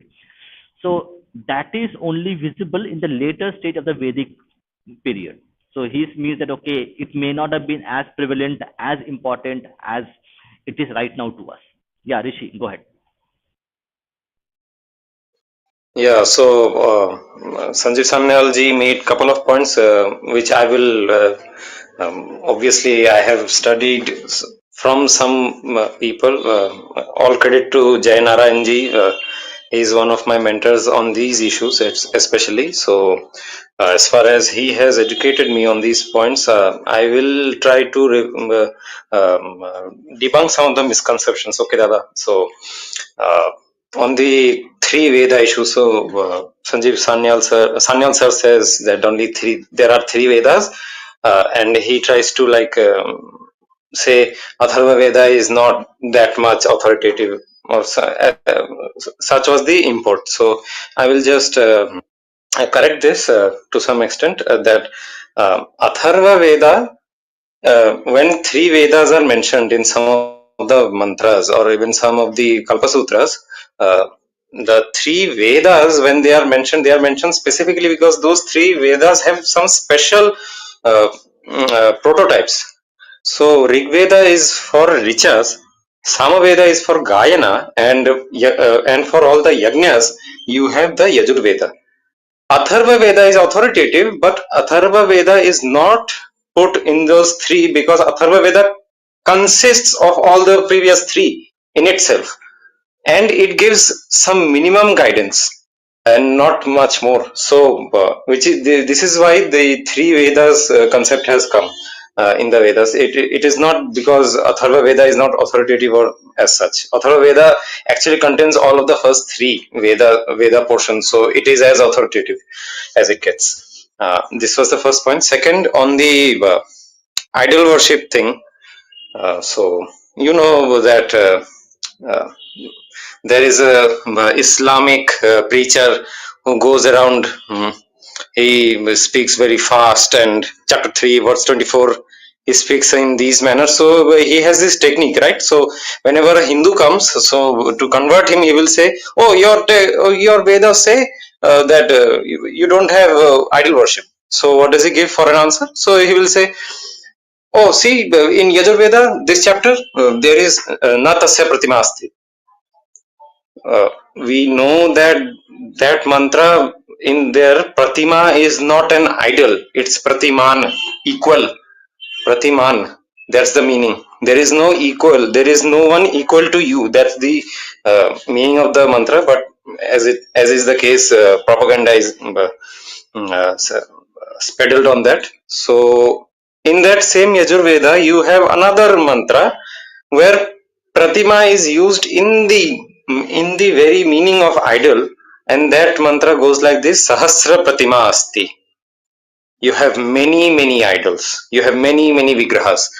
That same Yajurveda says that. Another portion of Yajurveda commands the Yajamana to chant this mantra, where he says, "O Mahavira, you are the Pratima of Prajapati." In Rigveda, there is another mantra where this is again another vidhi, which is commanded for the Yajamana again, where uh, he is advised that one who worships the idol of Purushottama gets moksha. So we actually have a lots and lots. I can give a list of such references where vigrahas are like literally said, worship the vigraha, worship the vigraha. Now the question is, then why is it that we don't get so early temples, so many evidences of such tall temples earlier, more earlier than 500 BC or something like that? I don't know much on that archaeological department, but the case is that earlier, I would cite Dr. Murugendra Vinod on this. He's a Vedic scholar. So he says earlier the temples were made of wood. They did not consist of stone structures. It was later, after. Now here comes Sanjeev Sanyal's case, that with Greeks, maybe with Greeks, this whole thing about making stone structures or making grand temples, grand uh, stone structures, which are actually symbols of status and authority and so on, these things started coming in, and we adopted it because it was good. And as the Vedas say, all good things should be adopted from all sides. There is a mantra as such. So our religion, our forefathers did that, and hence we get these structures a lot later. So this was on the point of idol worship, I guess. These two were the point. I don't know what was the third point actually.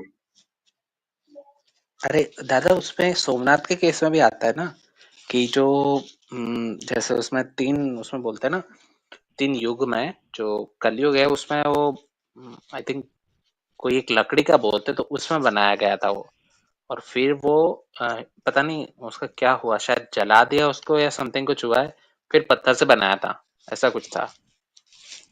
Yes yes, सही कहा है शेखर ने। वो light and sound में मैंने भी सुना था ये, वहां पे लाइट एंड साउंड जो होता है रात को सोमनाथ मंदिर में, तो वहां पे भी यही बोला गया था। And we also have an example from Srirangam actually. So Srirangam temple, lot earlier it was made of wood and it got dilapidated. Afterwards it was constructed in the stone, and what we see today, the most amazing structure one can get to see, Sri Rangam temple. Maybe Dada can see it in future, or maybe he has seen it since he lives in Tamil Nadu. He is very lucky to live there actually. Yes, so to reinforce the point which Rishi has mentioned, so I have this book. Okay, this book is if you can see the shape of ancient thought. So this is a very big book. It has around how many? This is like 700 pages. 700 pages thick book, half a kg. So this book actually talks about the comparative studies in Greek and Indian philosophies. So this book talks about the interchange of ideas, exchange of ideas between Greek and Indian philosophies. When we were like trading, and our tradesmen, our traders, our businessmen, our scholars would go to Greek lands, and they would come and visit us. So as Rishi mentioned, that there would have been a case where there were temples made of wood, and they would decay. But later on, with the exchange of ideas and philosophies on both sides, we influence the Greek philosophy.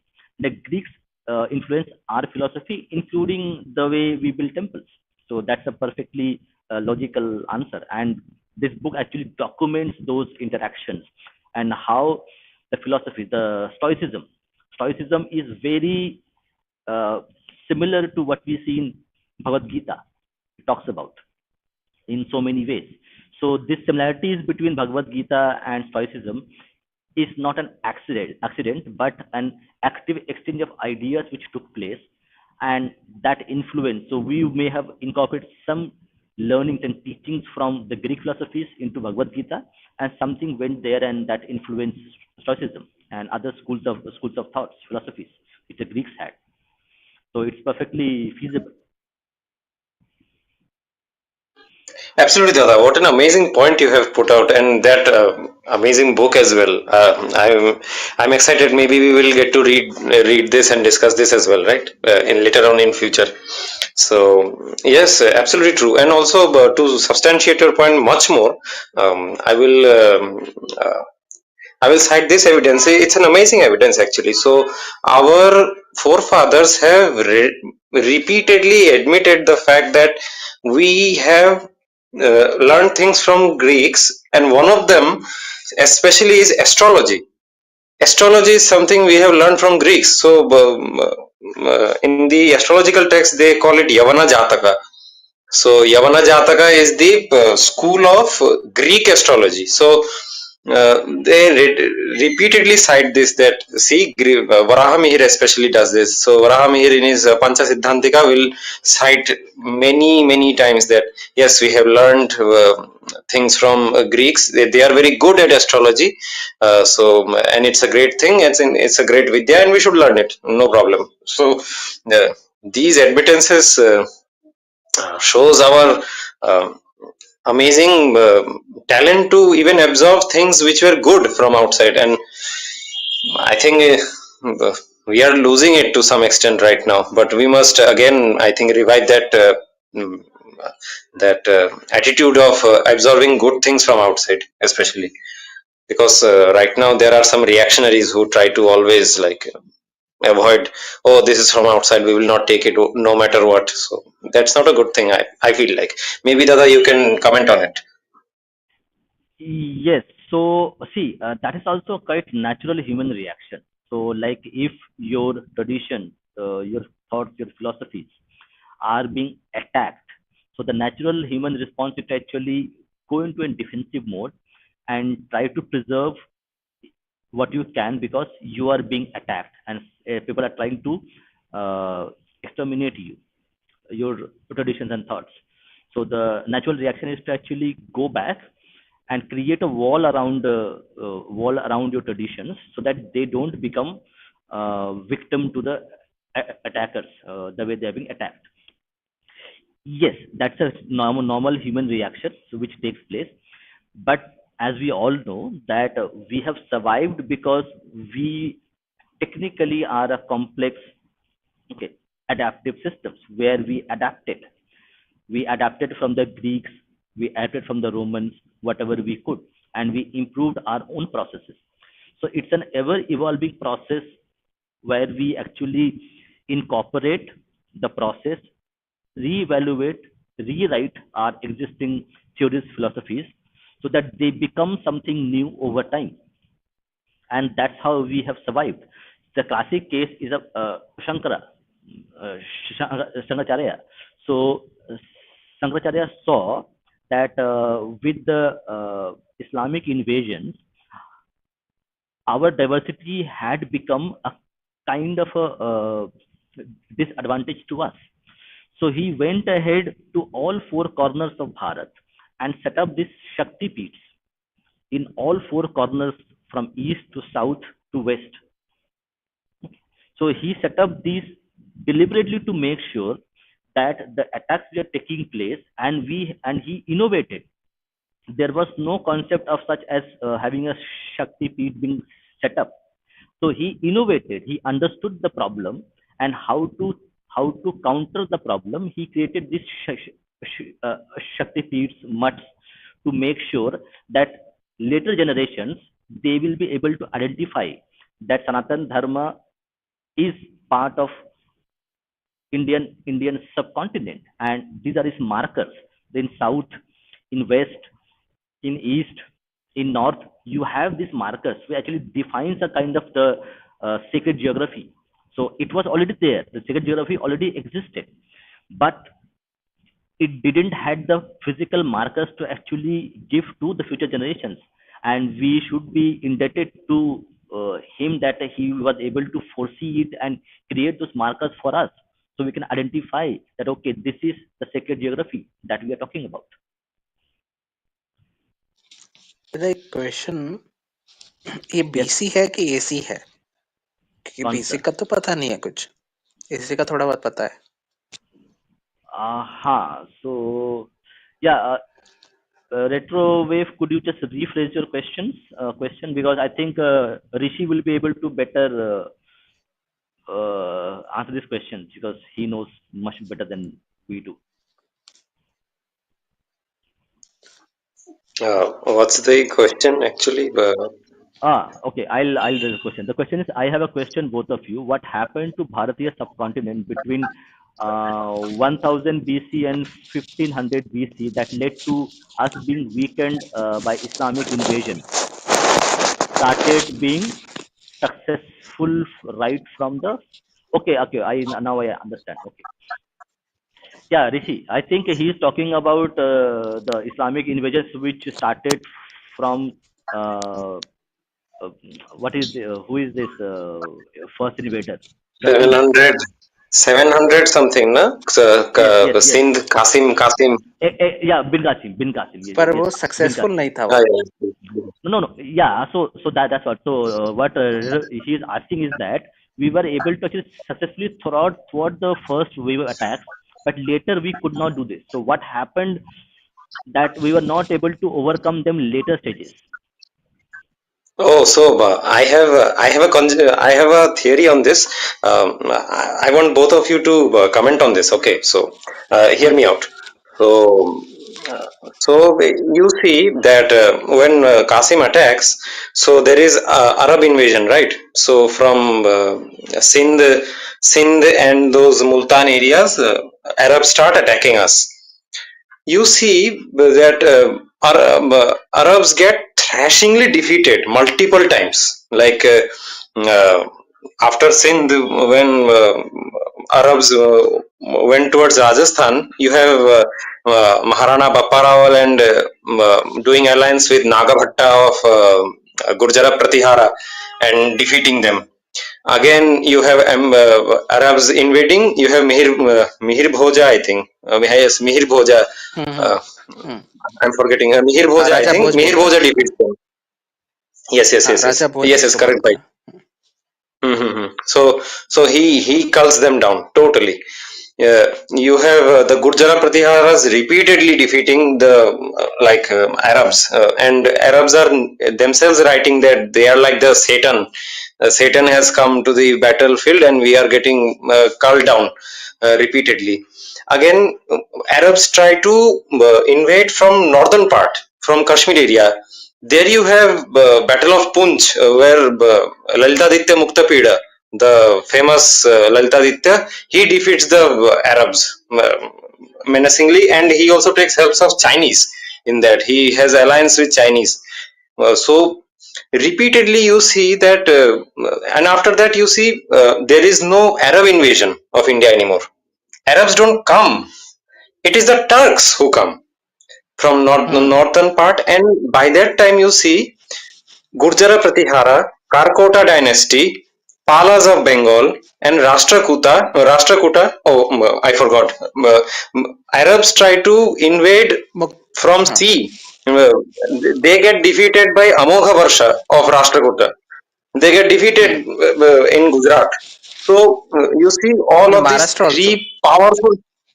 Yes, Maharashtra. So all of these three, four, I guess, massive, powerful dynasties which had empires, which were very very adapted warfare, very brutal in nature. All of those when got shrinked and when small kingdoms started appearing, like Chauhans of Delhi and Ajmer, Tomars of Haryana, those. You see, we started getting defeated at those times only, like Muslims come and the invaders Turks come and invade defeat Jaipal of Hindu Shahi, Anand Pal, then some Raja वो Bhatinda, भी बहुत then late होता है दादा, yes, बहुत late होता much है later. मतलब But- 1000 के आसपास होता है, 1000 के बाद में होता है, 1000 एडी। yes, और of वो भी course. तब जब So वो अकेला था। हम्म, हाँ मतलब my theory is when those large empires, those large, very big, very strong empires totally declined, and small kingdoms started appearing who were always infighting between each other, and very small kingdoms, they were not very great kingdoms, very small kingdoms, then only we started getting defeated. Chauhans got defeated, Solankis got defeated. So I think our breakdown of those empires, those total big empires who were trying to like unite India, so they were always on this contest, right? Like they wanted to capture whole of India. So Palas were trying to capture whole of India, invading Kannauj. They were always trying to be like uniting India. When that ambition में totally भी got decline devastated, हुआ ना दादा, ambition में भी yes, decline हुआ when ना, waste में जाना बंद कर दिया लोगों ने, वेस्ट ऑफ इंडस जाना बंद कर दिया, yeah, I क्योंकि mean एम्पायर ही that जाते थे ना whole. उसमें तो। Yes, that whole endeavor of trying to unite India, like make big empires, when that got ended, we started getting defeated at that time only. When there were small kingdoms, and small kingdoms got overwhelmed by very large Timurid and Ghurid and all of those things. So maybe I would like to know your comments on it. What would be your comments, Dada? Both of you, Shekhar and Dada. Shekhar, go ahead, then I'll say. Actually में ये जो हिस्सा है ना, काम जो talk वाला, ये वैसे सही बोल रहा है, पर प्रॉब्लम क्या हुआ कि जब ये हमारे जो एम्पायर्स डिक्लाइन होते हैं ना, तो लगभग सेंचुरी लगता है नए एम्पायर आने को, ठीक है। और उसके पहले, उसके नए एम्पायर के आने से पहले कुछ एक सेमी एम्पायर्स आते हैं, जैसे चौहान, सोलह, या फिर यादवास हो, या दूसरे जो होते हैं ना डायनेस्टीज जो होती है, वो आती है। हुआ ये कि वो जब डायनेस्टीज उनके एकदम यंगर पीरियड में थी ना, जो मतलब ज्यादा एक्सपीरियंस नहीं थी वो, तभी ये लोग आए थे। और भाई मतलब ज्यादा इनको एक्सपीरियंस था नहीं इन्वेडर्स के साथ में लड़ने का, ठीक है, और ना इनके पास विजन था, ना ही एम्बिशन था। तो उस टाइम ये लोग आए थे, और भाई लोगों ने एकदम अलायंस वलायंस बनाया नहीं, और फिर इसकी वजह से ये था। और दूसरा आई थिंक 6th या 7th सेंचुरी के आसपास एक और था कि पॉपुलेशन जो क्लाइमेट चेंज हुआ था, एक और चीज मैंने देखा था कि क्लाइमेट चेंज हुआ था उसकी उस टाइम। ज्यादा नहीं पता मुझे उसके बारे में, तो देखना पड़ेगा, पर कुछ हुआ था, इकोनॉमिक डिक्लाइन हुआ था, क्योंकि वेस्ट में जो है पूरे अरब्स ने एक तरह से कब्जा कर लिया था ना, तो ट्रेड भी वेस्ट में पूरा डिक्लाइन हो गया था, ठीक है। ईस्ट में ट्रेड बहुत ज्यादा बढ़ गया था सत्य एशिया के साथ में, तभी चोला और वो सब काफी प्रॉस्परस हो गए थे। पर वेस्ट में बड़ा नुकसान हुआ था। दूसरा नुकसान ये भी हुआ था कि जहाँ जैसे अभी ट्रक्स जो थे ना वो सेंट्रल एशिया में चले गए थे, ठीक है, तो वहीं थे वो लोग, पर वहां पे उनका कब्जा हो गया ना, तो चाइना का जो जाने का रूट था ना ट्रेड का, वो बंद हो गया, लैंड वाला। तो वो भी इकोनॉमिक क्या बोलते हैं डाउनफॉल लेके गया था और रूट का, और कट ऑफ हो गया था। हम वेस्टर्न पार्ट इंडिया का पूरा कट ऑफ हो गया था वर्ल्ड से एक तरह से। Got it. Huh. See, देर एक एग्जाम्पल ये होता है कि actually Shekhar made a very good comment that there is a rise and fall of civilisation. तो जो चीज the thing which is now at the peak of its imperial power, the Romans were peak of their imperial power, but they also with time withered away. So this rise and fall of empires and civilizations is a continuing process. It will happen. It has happened so many times that it is something which is happens quite regularly. So you can't prevent it in that way. uh, Ideally we want to be there in that stage for a lifetime, but it doesn't work that way in many ways. Yes. So one reason which Shekhar mentioned was very interesting is that once you have a civilization like Cholas or like or Rashtrakutas, Pandavas, okay, Pandyas. So once these civilizations actually these big empires wither away, it takes time for the next empire to come up, and that time if you have a bigger army, a well trained army, a brutal army come and invade, then this will happen that we will get defeated.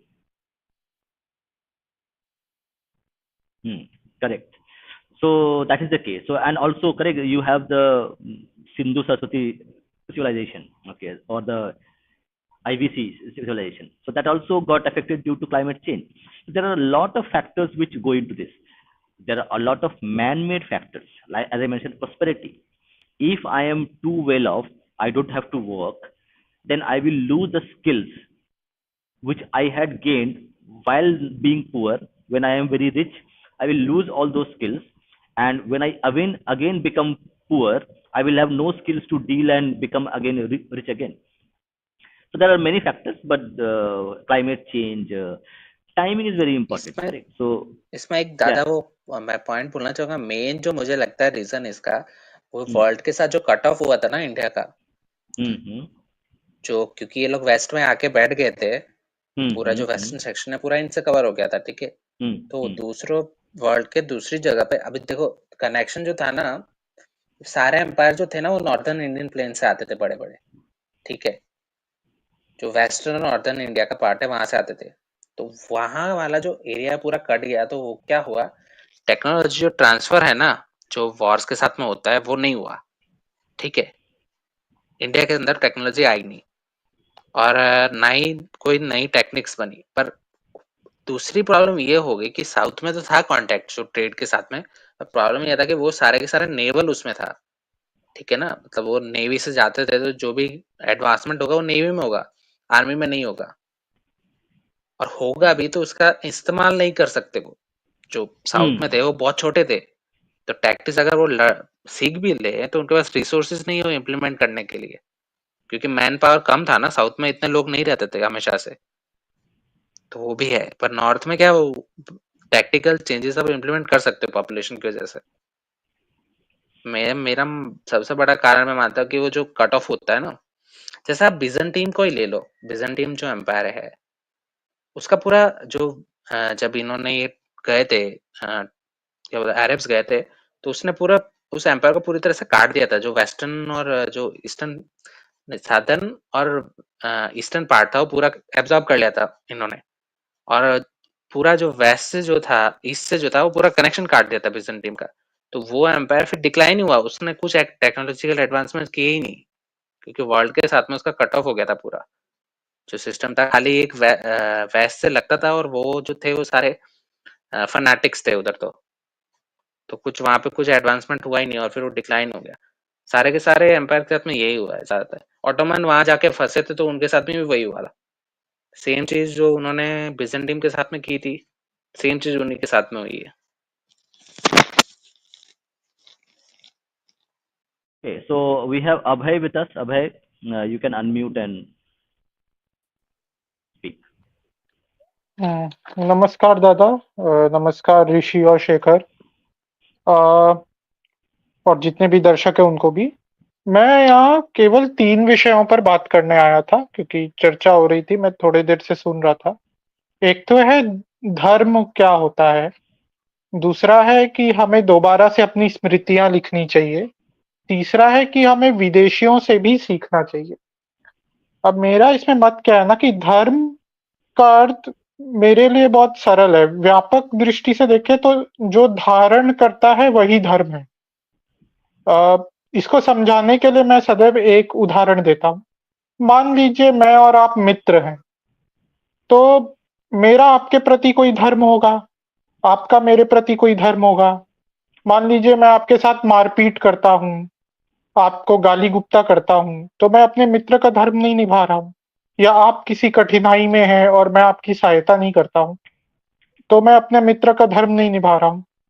तो ये जो मैत्री है, इस व्यवस्था को धारण नहीं कर पाएँगे फिर, ये व्यवस्था भंग हो जाएगी।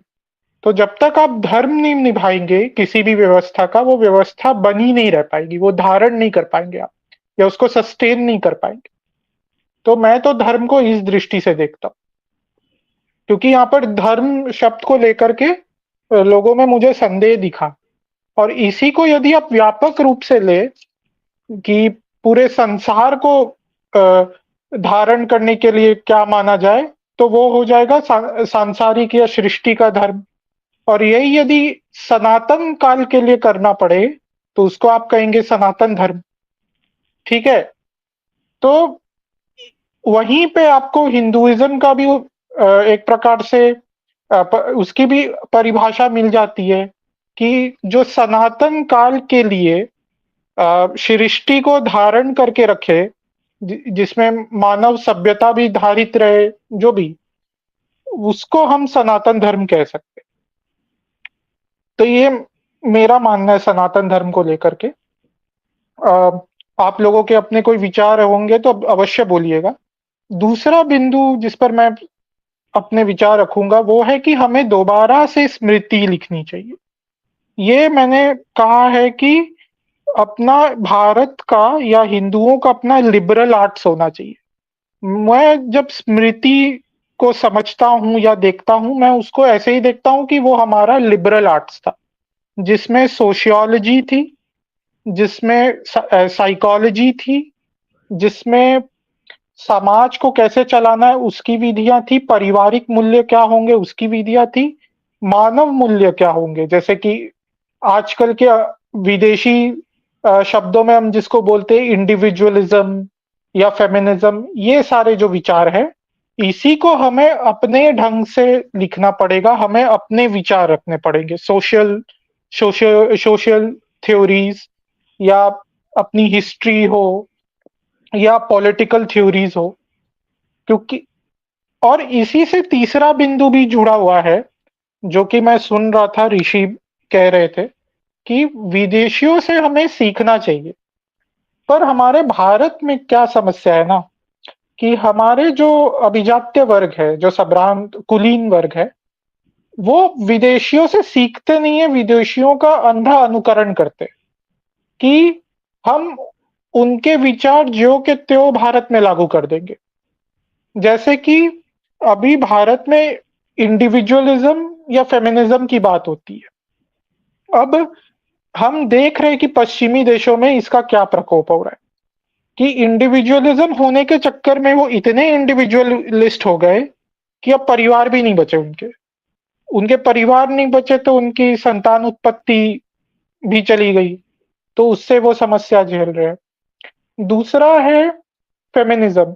अब जब भारत में बोलते हैं ना लोग कि फेमिनिज्म चाहिए, मैं नारी सशक्तिकरण का विरोध करने वाला व्यक्ति नहीं हूं, पर मैं फेमिनिज्म के विरुद्ध हूं, क्योंकि फेमिनिज्म जिस समाज में जन्मा, वो समाज एक अब्राहमी समाज था, जहां पर महिला और महिला के गुणों का कभी सम्मान नहीं किया गया। महिला को सदैव एक व्याभिचार फैलाने वाली या पुरुषों का ध्यान भटकाने वाली, उनको उनको बहकाने वाली के रूप में देखा गया, उनके गुणों को।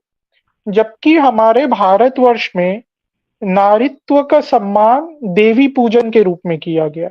एक महिला का मातृत्व उस दृष्टि से देखा गया है कि वो एक प्रकार से दैव्य गुण है एक स्त्री में।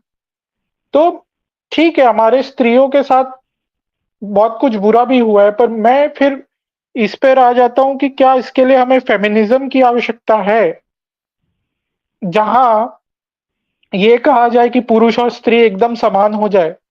क्या नारीत्व या नारी तत्व और नर तत्व, इन दोनों का कोई स्थान नहीं है? तो जब हम पश्चिमी देशों से कुछ विचार स्वीकार करते हैं, तो हमें उसे अपने संदर्भ और अपने दृष्टिकोण से भी सोचना चाहिए। उनसे सीखने में कोई बुराई नहीं है, जैसे कि लिबर्टेरियनिज्म एक विचार हो गया। तो वो मेरे मेरे विचार में वो अच्छा विचार है कि जो हमारा राज्य है वो हमारे जीवन में जितना अल्प हस्तक्षेप करे उतना हमारे समाज के लिए अच्छा है। हम लोग अपने से सोचकर विकास कर पाएंगे। तो अ, तो वही बात है कि जब हम विदेशी विचारों को स्वीकार कर रहे हैं, उसमें भी अपने बुद्धि का और अपने दृष्टिकोण का प्रयोग करना बहुत आवश्यक है। मेरा इतना ही वक्तव्य था, और मैं वो धर्म के परिभाषा पर आप लोगों के विचार अवश्य चाहूंगा। हाँ, तो ऋषि और शेखर अपने विचार व्यक्त करें, फिर मैं बोलूंगा। शेखर पहले तू बोल दे, बाद में मैं बोलूंगा। शेखर है ही नहीं यहाँ पे क्या? ओहो। नो, शेखर नहीं है, तो Rishi you can say, then I will. Okay. So on the issue of dharma, okay, Abhay has explained it, I guess. So I have what you call a contrarian view on this. So normally, what happens is dharma, whenever it is defined, I've seen, especially after Rami Ganatraji's book release and all of our podcasts, especially. There has been this tendency to define dharma as dharan karta hai wohi dharma hai. I would say that it explains what dharma does actually. It does not explain, it does not define dharma, so called. So I have seen, as far as my mentors' teachings are concerned, dharma is defined as vidhi nishedh. What rights and wrongs. So what you should do, which is correct, what you should not do, because it is evil, you should not do that. So dharma is that, and maintaining that process, maintaining that alone does dharana, which where Abhay's definition comes in, and it substantiates So, Abhay. so I have Yes, a please. question on this. You said that dharma defines what is right and what is wrong. Okay. So what is the basis for defining right and wrong, good and evil? There must be some basis for Nice. it, right? Absolutely. Nice. Thank you. So this issue, so I can quote Jaimini Rishi for this, or Vyasa Rishi. Mainly they say Veda, Veda Smriti Achar. Let me quote the shloka. In fact, wait a minute. I will join a bit after. Maybe you can discuss some more things. I will give the definition of it. Okay, I will be coming short while. Yes. So let Rishi come. So let me put forward my 2 cents on this. That whatever has Abhay mentioned, I just broadly agree with his points. Okay, especially the points where he mentions. Uh, Point number one is on the how do you define dharma? It's actually very difficult to define dharma because dharma is primarily but not wholly is an individual pursuit. Okay, so if I'm a teacher, my dharma is to teach well. Okay? If I'm a kshatriya, my dharma is to fight well. Okay? To fight the battles. And when we read Bhagavad Gita, it defines in so many ways, like what is an individual dharma. Okay, but example would be correct when you have a Naresh, a Raja. Okay, Raja's dharma is not an individual pursuit. That pursuit is to take care of the kingdom and the people, the animals, the plants, everything which is kingdom is composed of, to take care of them. That becomes a Raja's dharma, a king's dharma. So dharma is at the individual level. Dharma is also at the level of society and overall responsibility. Okay. So if I am walking on the roads and if I see there is some garbage on the road, I'll pick that garbage and put it in the garbage tin. That becomes a social, a collective dharma to actually keep the road clean, because everybody in my society uses the road. But at the individual level, if I am doing something which is, let's say I'm lying to an individual, or I'm stealing something with somebody, that becomes an individual pursuit. I am doing adharma karya by stealing someone's food or money. So like it's too complex to actually put it in that, but what I understood. So, and second point which I completely agree with Abhay is that we need to reinvigorate the principles and the tradition of rewriting and writing new smritis, and that will actually reinvigorate the process. The author mentions a lot of things, like rewriting smritis. Okay. Uh, Again, reinterpreting our Sanatan Dharma, and create inflationary pressure rather than getting again into a corner. That we have seen a lot of people now say that Hinduism is not generally a religion, if you say, in such way that we do not proselytize. But in the current circumstances, where you have the onslaught of Abrahamic religions with their money, political, and other resources being put into to actually spread their own ways of life or other beliefs, we also have to now change our course and again become expansionary in a way to actually preach our philosophy, our traditions, our way of life, okay, way of thinking, okay, way of uh, worshiping gods, into much more as a aggressive approach rather than just saving ourselves. So these 2 points, which I think the article quite mentions in a very profound way. And let Rishi come. What I will do is I'm going to share with you. Abhay, you have anything to say? Please go ahead. Yeah, I mean, Smritis, as you talked about, what do you think the purpose of a Smriti would be in today's context? What would you consider as a Smriti? Do you agree with me that liberal arts is a part of rewriting of Smriti? Like we need to create our liberal arts, some social theories or political theories, that is also considered to be a Smriti in today's context. Yes. So, like, if you consider correct Arthashastra, is it a Smriti? In a way, Arthashastra. I would say it is because it is Hmm. inspired from many Smritis. I think it is inspired from Manu Smriti. Exactly. Chanakya took a lot of thoughts from Smritis. Mm-hmm. So I think in modern context, if you consider constitution, it Mm-hmm. it can also be seen as a Smriti because you are using constitution to run the society. Please correct me Exactly. if I'm wrong. No, actually, you are absolutely right. You have hit the nail on the head. That is correct. That is called correct interpretation and reinterpretation. So you have Vedas.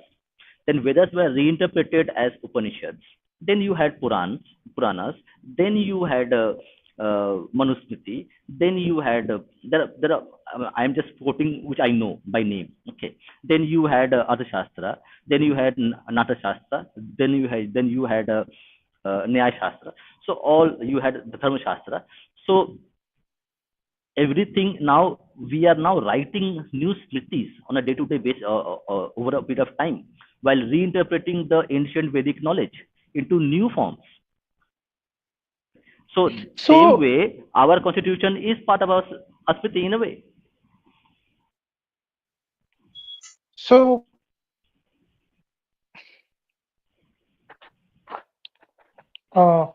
okay. Hmm. Yeah. Am I audible? Yes, yes, you're Uh, audible. Go ahead. so I just uh, lost my train of thought. Yes, like movies and all, could this I've come be back. considered as okay, Rishi, just a second. I just need to complete Yeah, my yeah, fine, thought fine. here. Okay, so my question is, today the modern day literature is through movies, for example. So is that considered to be a part of Smriti in a way? Because uh, are Smriti just about rules and regulations, or things like Natya Shastra or performing arts or movies, which are now the new ways of pleasure and entertainment, are they also considered a part of Smriti writing or creation of new Smritis? Uh, in very principal way, it's not because there is so see when you see Arthashastra, when you see a constitution, it has it has a set principles which it abides by. In movies, it can be part of a like overall Smriti literature, which includes your social theories, which includes your economic theories, which includes your political theories. So in that way, your movies could be movie scripts could be part of it, but not the movie itself. But it's debatable. Like we are not like experts at it, but we can also say Yeah, what. yeah, this is why I asked the question because I was also not clear about this No, distinction. no, because So a this movie, is why see, I wanted to. because there is no formula of making a movie, correct? So yeah, for a constitution for Arthashastra, it gives you the principles to actually go and implement it. There is no So certain in principles on which you I make a think movie. not, but like Natya Shastra has some principles. Yes, yes, yes. Like how do That you can be. set up That a can play? be. So we can have something like Chalchitra Shastra, Yes, yes, yes, yes, maybe with a yes. modern name, art of Hmm. filmmaking or something like that. No, I think the Natashastras are far more advanced than what we have today. I think if we Yeah, know yeah. it, I mean the way Natya Shastra has decoded emotions, the rasa, the navarasa. I mean, Navarasas. that level of sophistication I don't see in modern day movies. I think it is not there for 100 years. Okay, not even to today's movies. It is not feasible. Yeah, Mm. Rishi, go ahead, and then I have some few things to show to people. So just go ahead. Okay, okay. So, for both of you, I would try to inform you on this issue. Maybe you can react on that as well. So, the word smriti, whenever it is used, what Abhay was saying, like as a liberal arts and all of those things. So, smriti word is used both technically and colloquially. So, it's like the word cell. So, cell is a technical word for biology studies, right? But it is also a colloquial word as well. So, smritis, when used technically, only refers to teachings of the rishis, Manusmriti, Vyasa, Narayana, Vishnu, etc., etc., Harita, etc. That is technical. Another meaning of smriti is that which are dharmanugami vidyas. So, in Shariraka Bhashya, I have read, so where Kapila's theories of Sankhya are called as Smriti. So Smriti there is specifically explained as Dharmanugami Vidyas. So yes, Natya Shastra is also Smriti in colloquial sense. So since it actually agrees with all of the principles of Dharma, so therefore any Vidyas, anything which comes to your mind, all are Smritis. So yes, if that is the case, like you want to rewrite Smritis, like you want to, I would say you want to rejuvenate the tradition of Smritis as far as Vidya rejuvenation is concerned, which are Dharmanugami, pertaining to Dharma and following Dharma. Yes, obviously, I am in support of that. And on the issue of sources of dharma, so this is interesting. I will quote Sri Krishna for this. Actually, in Bhagavad Gita, he says, uh, "Tasmat shastram pramanam te karya karya vyavasthito gyatva shastra vidhanoktam karma kartum iharhasi." Explains. He says, Sri Krishna says, Bhagavan says that Shastras are taken as the guide for deciding what is right and what is wrong. If one chooses to ignore the Shastra dictums and acts according to his own sweet will, he will be doing so at his own peril and will not find happiness. The reference is Bhagavad Gita, chapter 16, verse 24. So this is the case. Sri Krishna is clear that Shastras are pramanas for dharma and adharma. And let me just end with this. Let me just end with this. So later on, the commentators have explained which are the Shastras. So those are, for this, there is a quotation from Manu, actually, controversial. Vedo khilo dharma moolam smritishile cha tadvidam acharaschaiva sadhunam atmanastushtirev cha. So it is a statement which says, what Vedas say is further elaborated by texts like Smritis, and conduct of noblemen or sadhus or Mahapurushas, and finally what contributes to self-flourishing or self-development, those are Shastras, those are the guides for Dharma. That's it. That's all my that's my submission. So 2 cents. So here we can conclude that dharma is not static; it is dynamic. It can evolve with time and situation. Because, to be honest, I have struck this conversation or initiated this conversation with the intention that our dharma or our religion or whatever system we have is not stuck in time. Because many people from the traditionalist side may say, no, no, no, no, you cannot change the texts or interpretations or smritis. I mean, some people who are quite rigid with their beliefs. But my point is, if we have to survive, we need to keep our tradition alive. It has to be a living tradition where we go on continuing with innovations and new thought. Like at some point of time, people wrote new Smriti over the old Smriti. So my point is, why can't we also do it? Now I understand that the qualification, the Acharya qualification or the Rishi qualification is important. But in today's world, how do we identify those Rishis and Acharyas who have the adhikara to write new Smritis? Because no one believes in the idea of adhikara today. Yeah, but that's the detriment. So what can we say? I will say this only. It was suggested by Vidyasagar, especially Ishwar Chandra Vidyasagar. I'll suggest with this. Whenever he was asked to say, he was asked this once about writing new Smritis. He said it not at all. You should not write new Smritis. What he says, it's amazing. Ishwar Chandra Vidyasagar says on this that Smritis are very limited in scope. Let them remain limited in scope. You do not have to include everything of your life to be dictated by Smritis. There are things in Smritis which are not at all dictated. Smritis themselves claim it, that these are to be decided through time and context based on the background that you are in, and that's where the tradition comes of deshachar, achara. that you have to do things based on the context that you are in, and you are not to be stuck into the smritis. So on this issue, Vidyasagar was like, you don't need to write smritis because you have achara.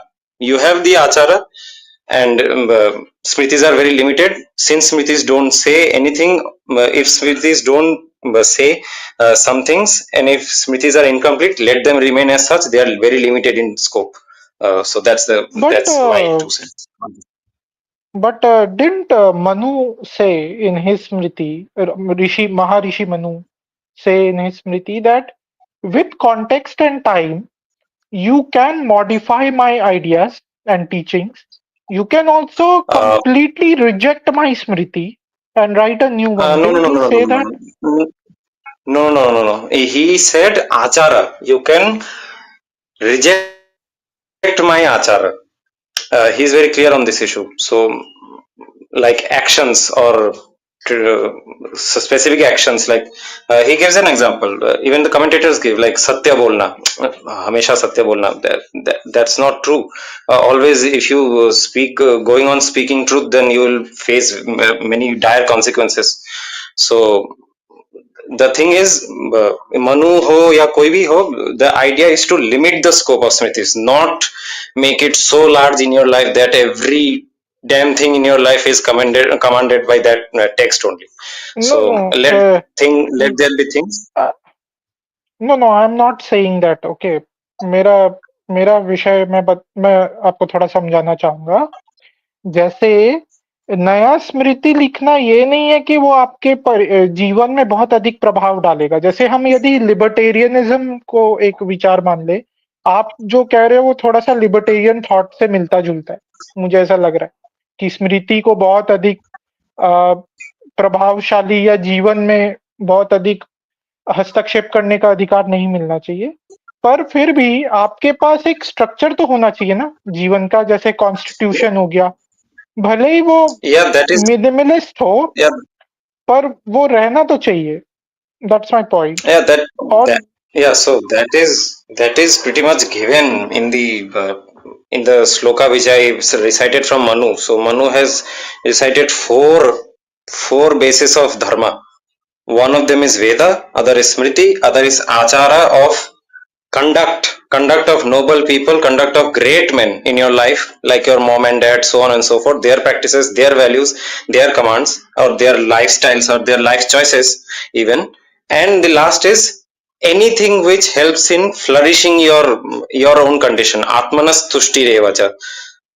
These four are the basis of your dharma, and you can completely relegate your life, or like develop your own life based on these four, I think, because all of these four are very so limited in their scope as well.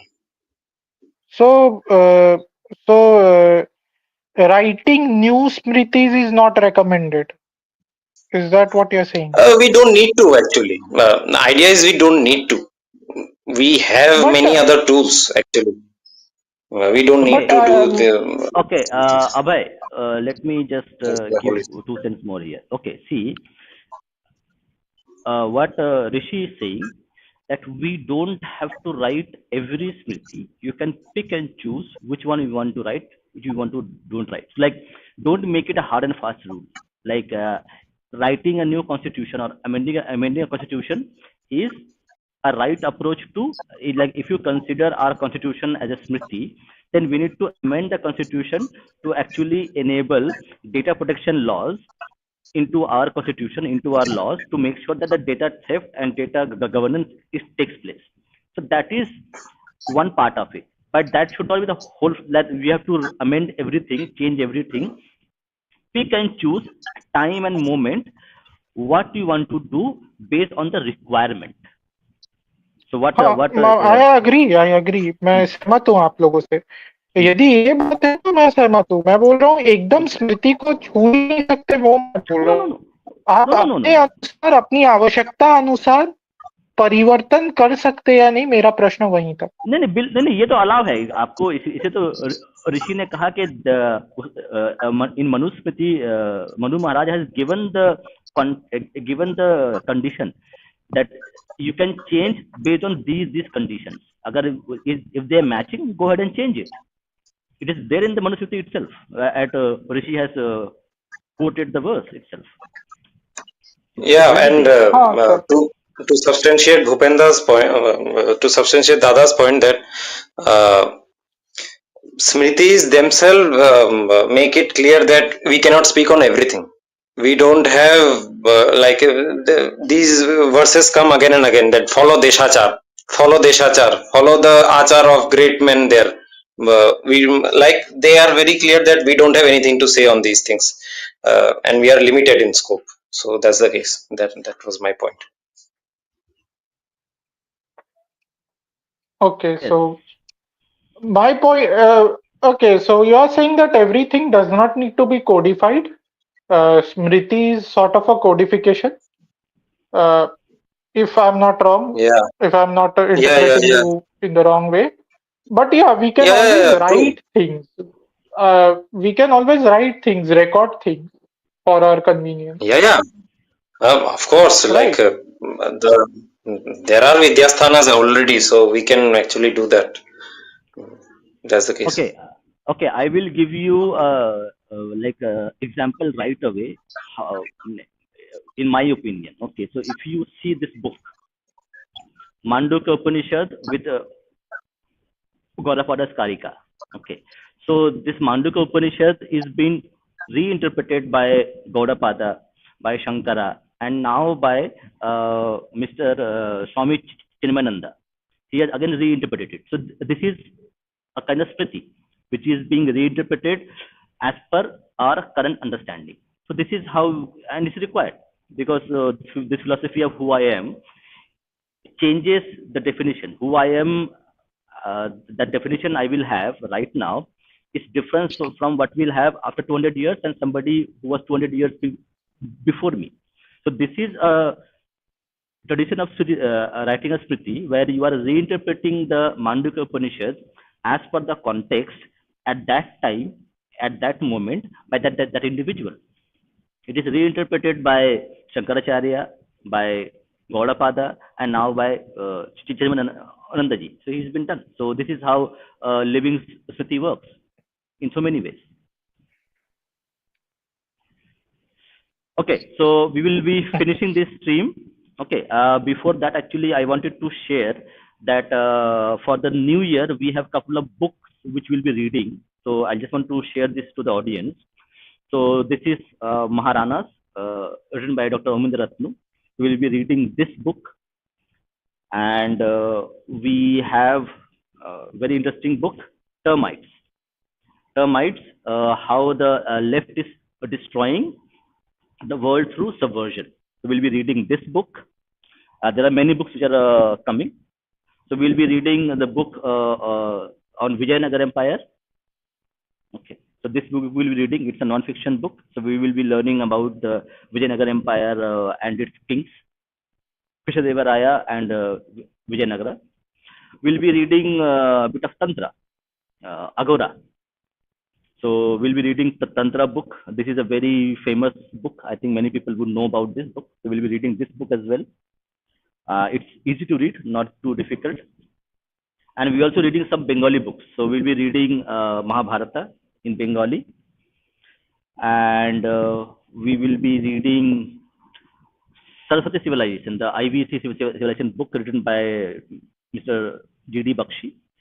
So very interesting book. I think it will be fun reading this book. So we will be knowing a lot on new discoveries on IVC and how the IVC can be reinterpreted as Saraswati civilization. We have the Saraswati river being now technically being as a river, which is being now defined by the mythologists. So we will be reading Ramayan, Bengali Ramayan, in coming weeks in Hindi, Bengali, and English, but not the full Ramayan. Okay. We will be reading a very famous book by Mr. Kaushik Gangopadhyay, The Mediterranean Myth. It's really very interesting reading. So we got the permission from the author to actually use the slides as well. So this will be very interesting reading to read about the sociological theories and how they impact our lives. We'll be reading, this is one of the most best historians in current generation, Dr. Shomo De. We'll be reading his one more book, that The Seed Beta Pakistan, that also we'll be reading in our coming streams. So, but we'll start with this. This is a very important book because in the current context, it delves into the Hindu sociology and Hindu politics. On rishis, we'll be reading this Bengali book. So this book is actually a compilation of Indian rishis. It's in Bengali. Indian rishis and their importance and their contribution to the IKS, Indic knowledge system, and their achievements. And last, not the least one, we'll be reading about Dr. Binay Kumar Sarkar's Hindu sociology. So this we will be discussing with exponent of IKS. So we will have a live interviews with a person who is well versed in this. So these are the books we will be reading in. These are not the only books we'll be reading for the whole year. So do stay tuned to our channel, to subscribe to our channel if you are new to the channel, and we'll see you next week. So, and once again, this is the book we read today. Please go ahead, buy the book. So this book is available in hardbound paperbacks and also in ebook format. So whichever you feel comfortable, go ahead. I think today we had a really good, fruitful discussion, and we learned a lot about today. So I think there are multiple articles here which we'll be reading in our coming streams. So if you want to know more about it, what Mr. Sanjeev Sanyal thoughts about his thinking in terms of politics, economics, how cities are planned. So it's really interesting the way he has wrote, and they're quite relevant to our lives in so many ways. So thank you, everyone. Thank you, Abhay. Thank you, Rishi. Thank you, audience, for your questions. Just one point before leaving the discussion.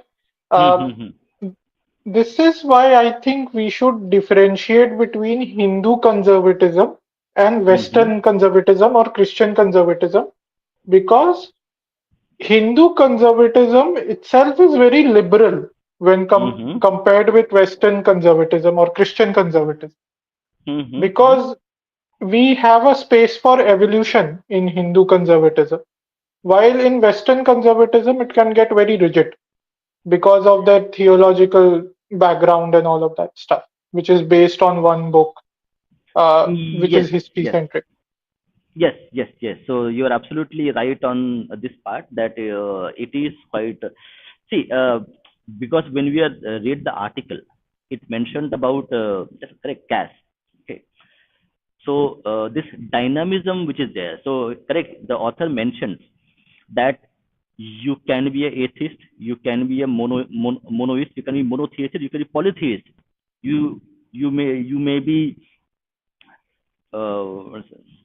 agnostic, but still you will be remain a Hindu. So we had 10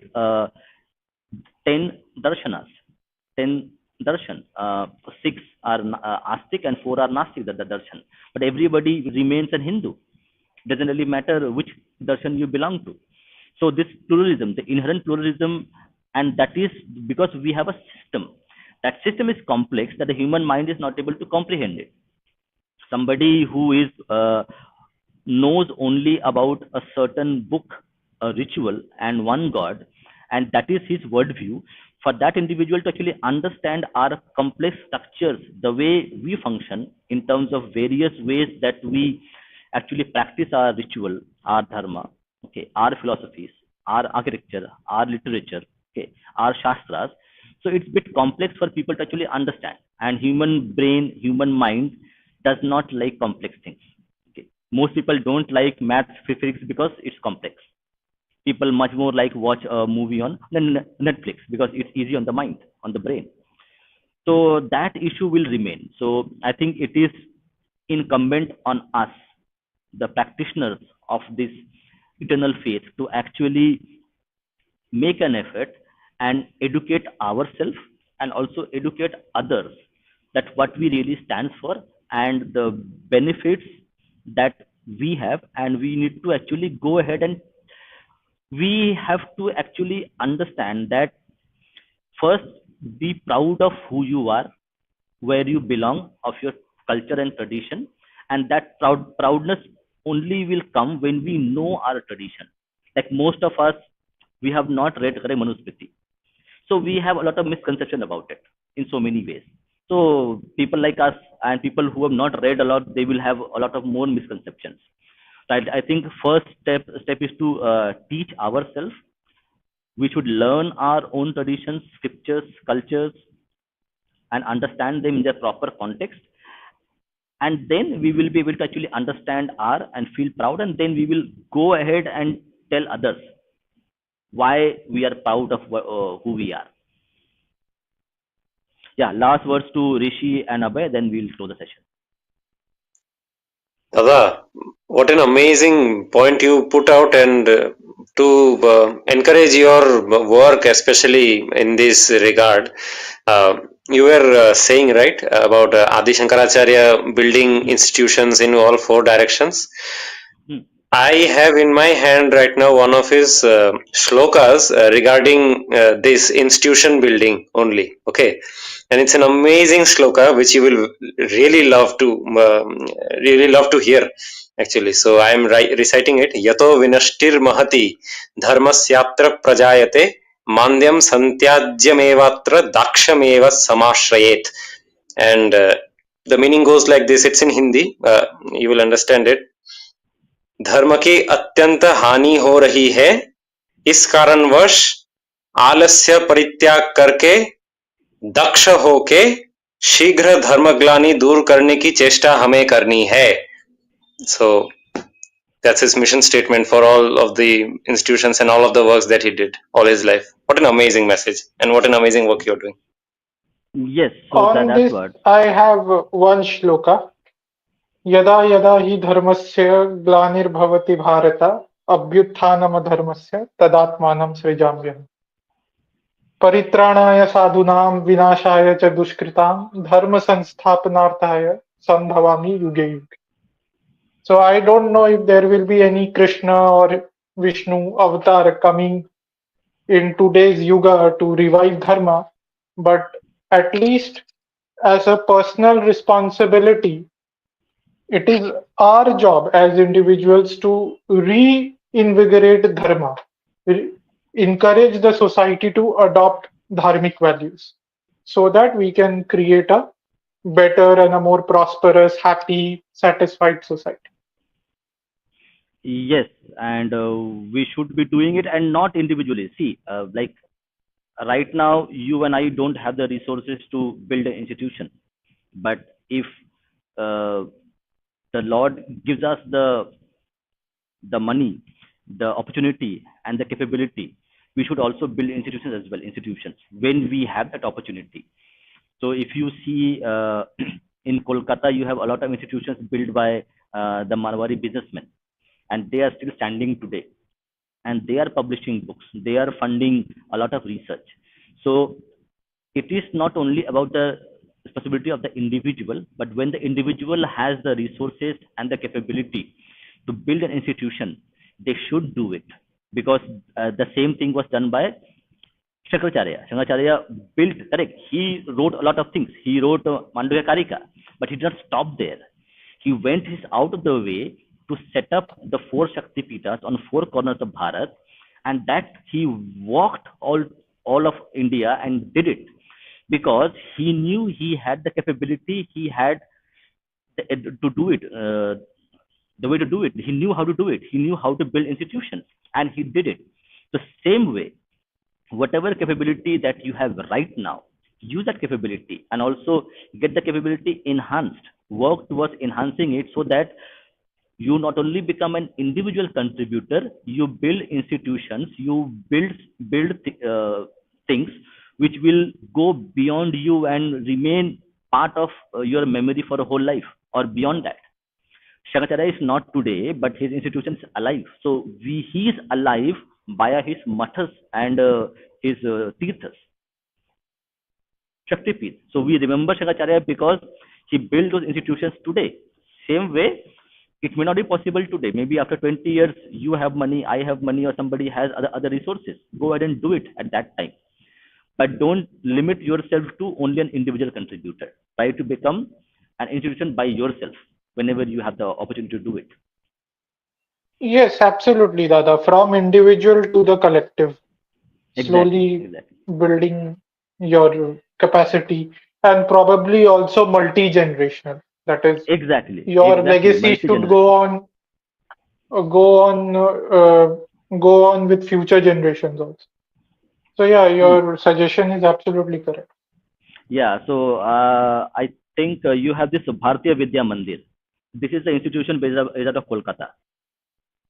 It is set up by a Marwari probably businessman, and they are still publishing books till today. That person may not be alive, but that money that he had, he built the institution, and he is still publishing books till today with the money that he had donated. It is in, I think, Bada Bazaar. So go and visit once. I think Gita Press was also developed by, Yeah. founded by two Marwadis. I think one was Hanuman Prasad Poddar. Exactly. He is considered from a Marwadi community, and there Yeah. was See, another person who instituted Gita Press, and even today Gita Press is contributing so much to our knowledge purpose. Anyone who wants an Indian language translation of any Hindu text, their first choice is Gita Press, Gorakhpur. I mean, exactly. that is something I've noticed. Yes, exactly. So that's what. So, like, whenever you have the opportunity, when you know you can do it, so develop your skills, develop your capability, and then give back to society, because the society will remember you for what you did for the society as a collective will of yours. So that individual is not there anymore, but the institution that he built is still publishing, and we remember him. He is actually alive today with us, with the books that are published by his institution. So that goes a long way. That could be factory, that could be hospital, that could be books, anything. So on that note, thank you very much. Thank you everybody for this fruitful and wonderful discussion. Abhay, Rishi, Retrowave, and other people on chat who were contributing in creating this wonderful discussion. Okay. So we will see you again on Thursday. Thursday we'll do the Bengali stream. We'll be reading Ramayan, Piktibas Ramayan. So Thursday we have one more stream, and we have one more stream on Saturday where we will be talking about a very interesting topic. So I'll keep that surprise for everybody. So do join us on Saturday. Saturday is a very interesting stream we have with Mr. Bijit Prasanta, the author of Hindu Messiah. So do join on Saturday. Till then, everybody, Jai Shri Ram, Vande Mataram. See you on Thursday. Thank you, everyone. धन्यवाद. जय श्री राम. वंदे मातरम.